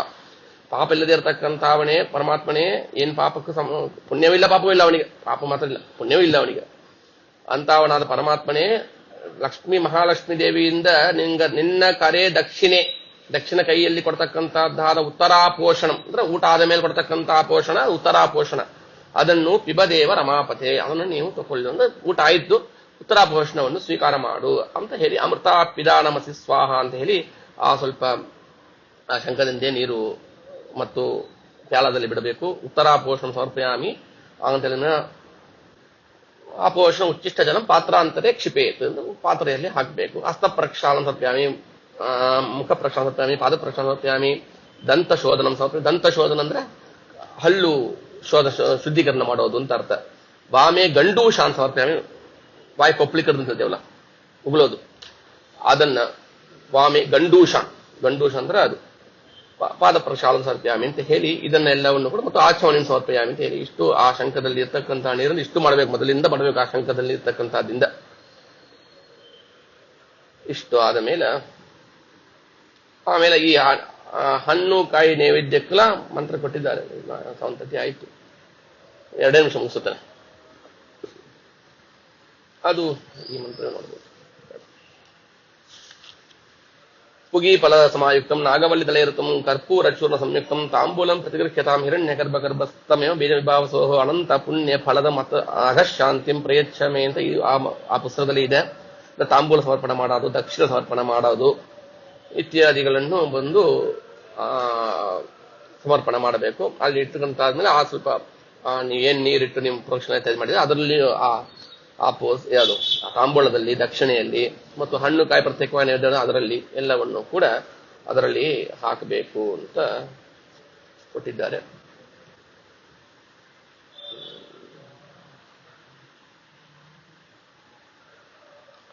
ಆಯ್ತು. ಇಷ್ಟಾದ ಮೇಲೆ ಕೊನೆಯಲ್ಲಿ ಬಂದು ಪುನಃ ಧೂಪ ದೀಪ ಮತ್ತು ಕೂಡ ಒಂದ್ಸಲ ಹಿಂದೆ ಮಾಡಿದ ರೀತಿಯಲ್ಲಿ ಧೂಪ ತೋರಿಸ್ಬೇಕು ಮತ್ತು ದೀಪವನ್ನು ತೋರಿಸ್ಬೇಕು ಅಥವಾ ಏಕಾಂತಿ ಅದನ್ನು ತೋರಿಸ್ಬೇಕು. ಇಷ್ಟ ಹೇಳಿಲ್ಲವಾ? ಧೂಪಾರ್ತಿ ಮಾತ್ರ ಹೇಳಿದ್ದಾರೆ, ದೀಪ ಹೇಳಿಲ್ಲ. ಸರಿ, ಎರಡಲ್ಲಿ ಅಂತ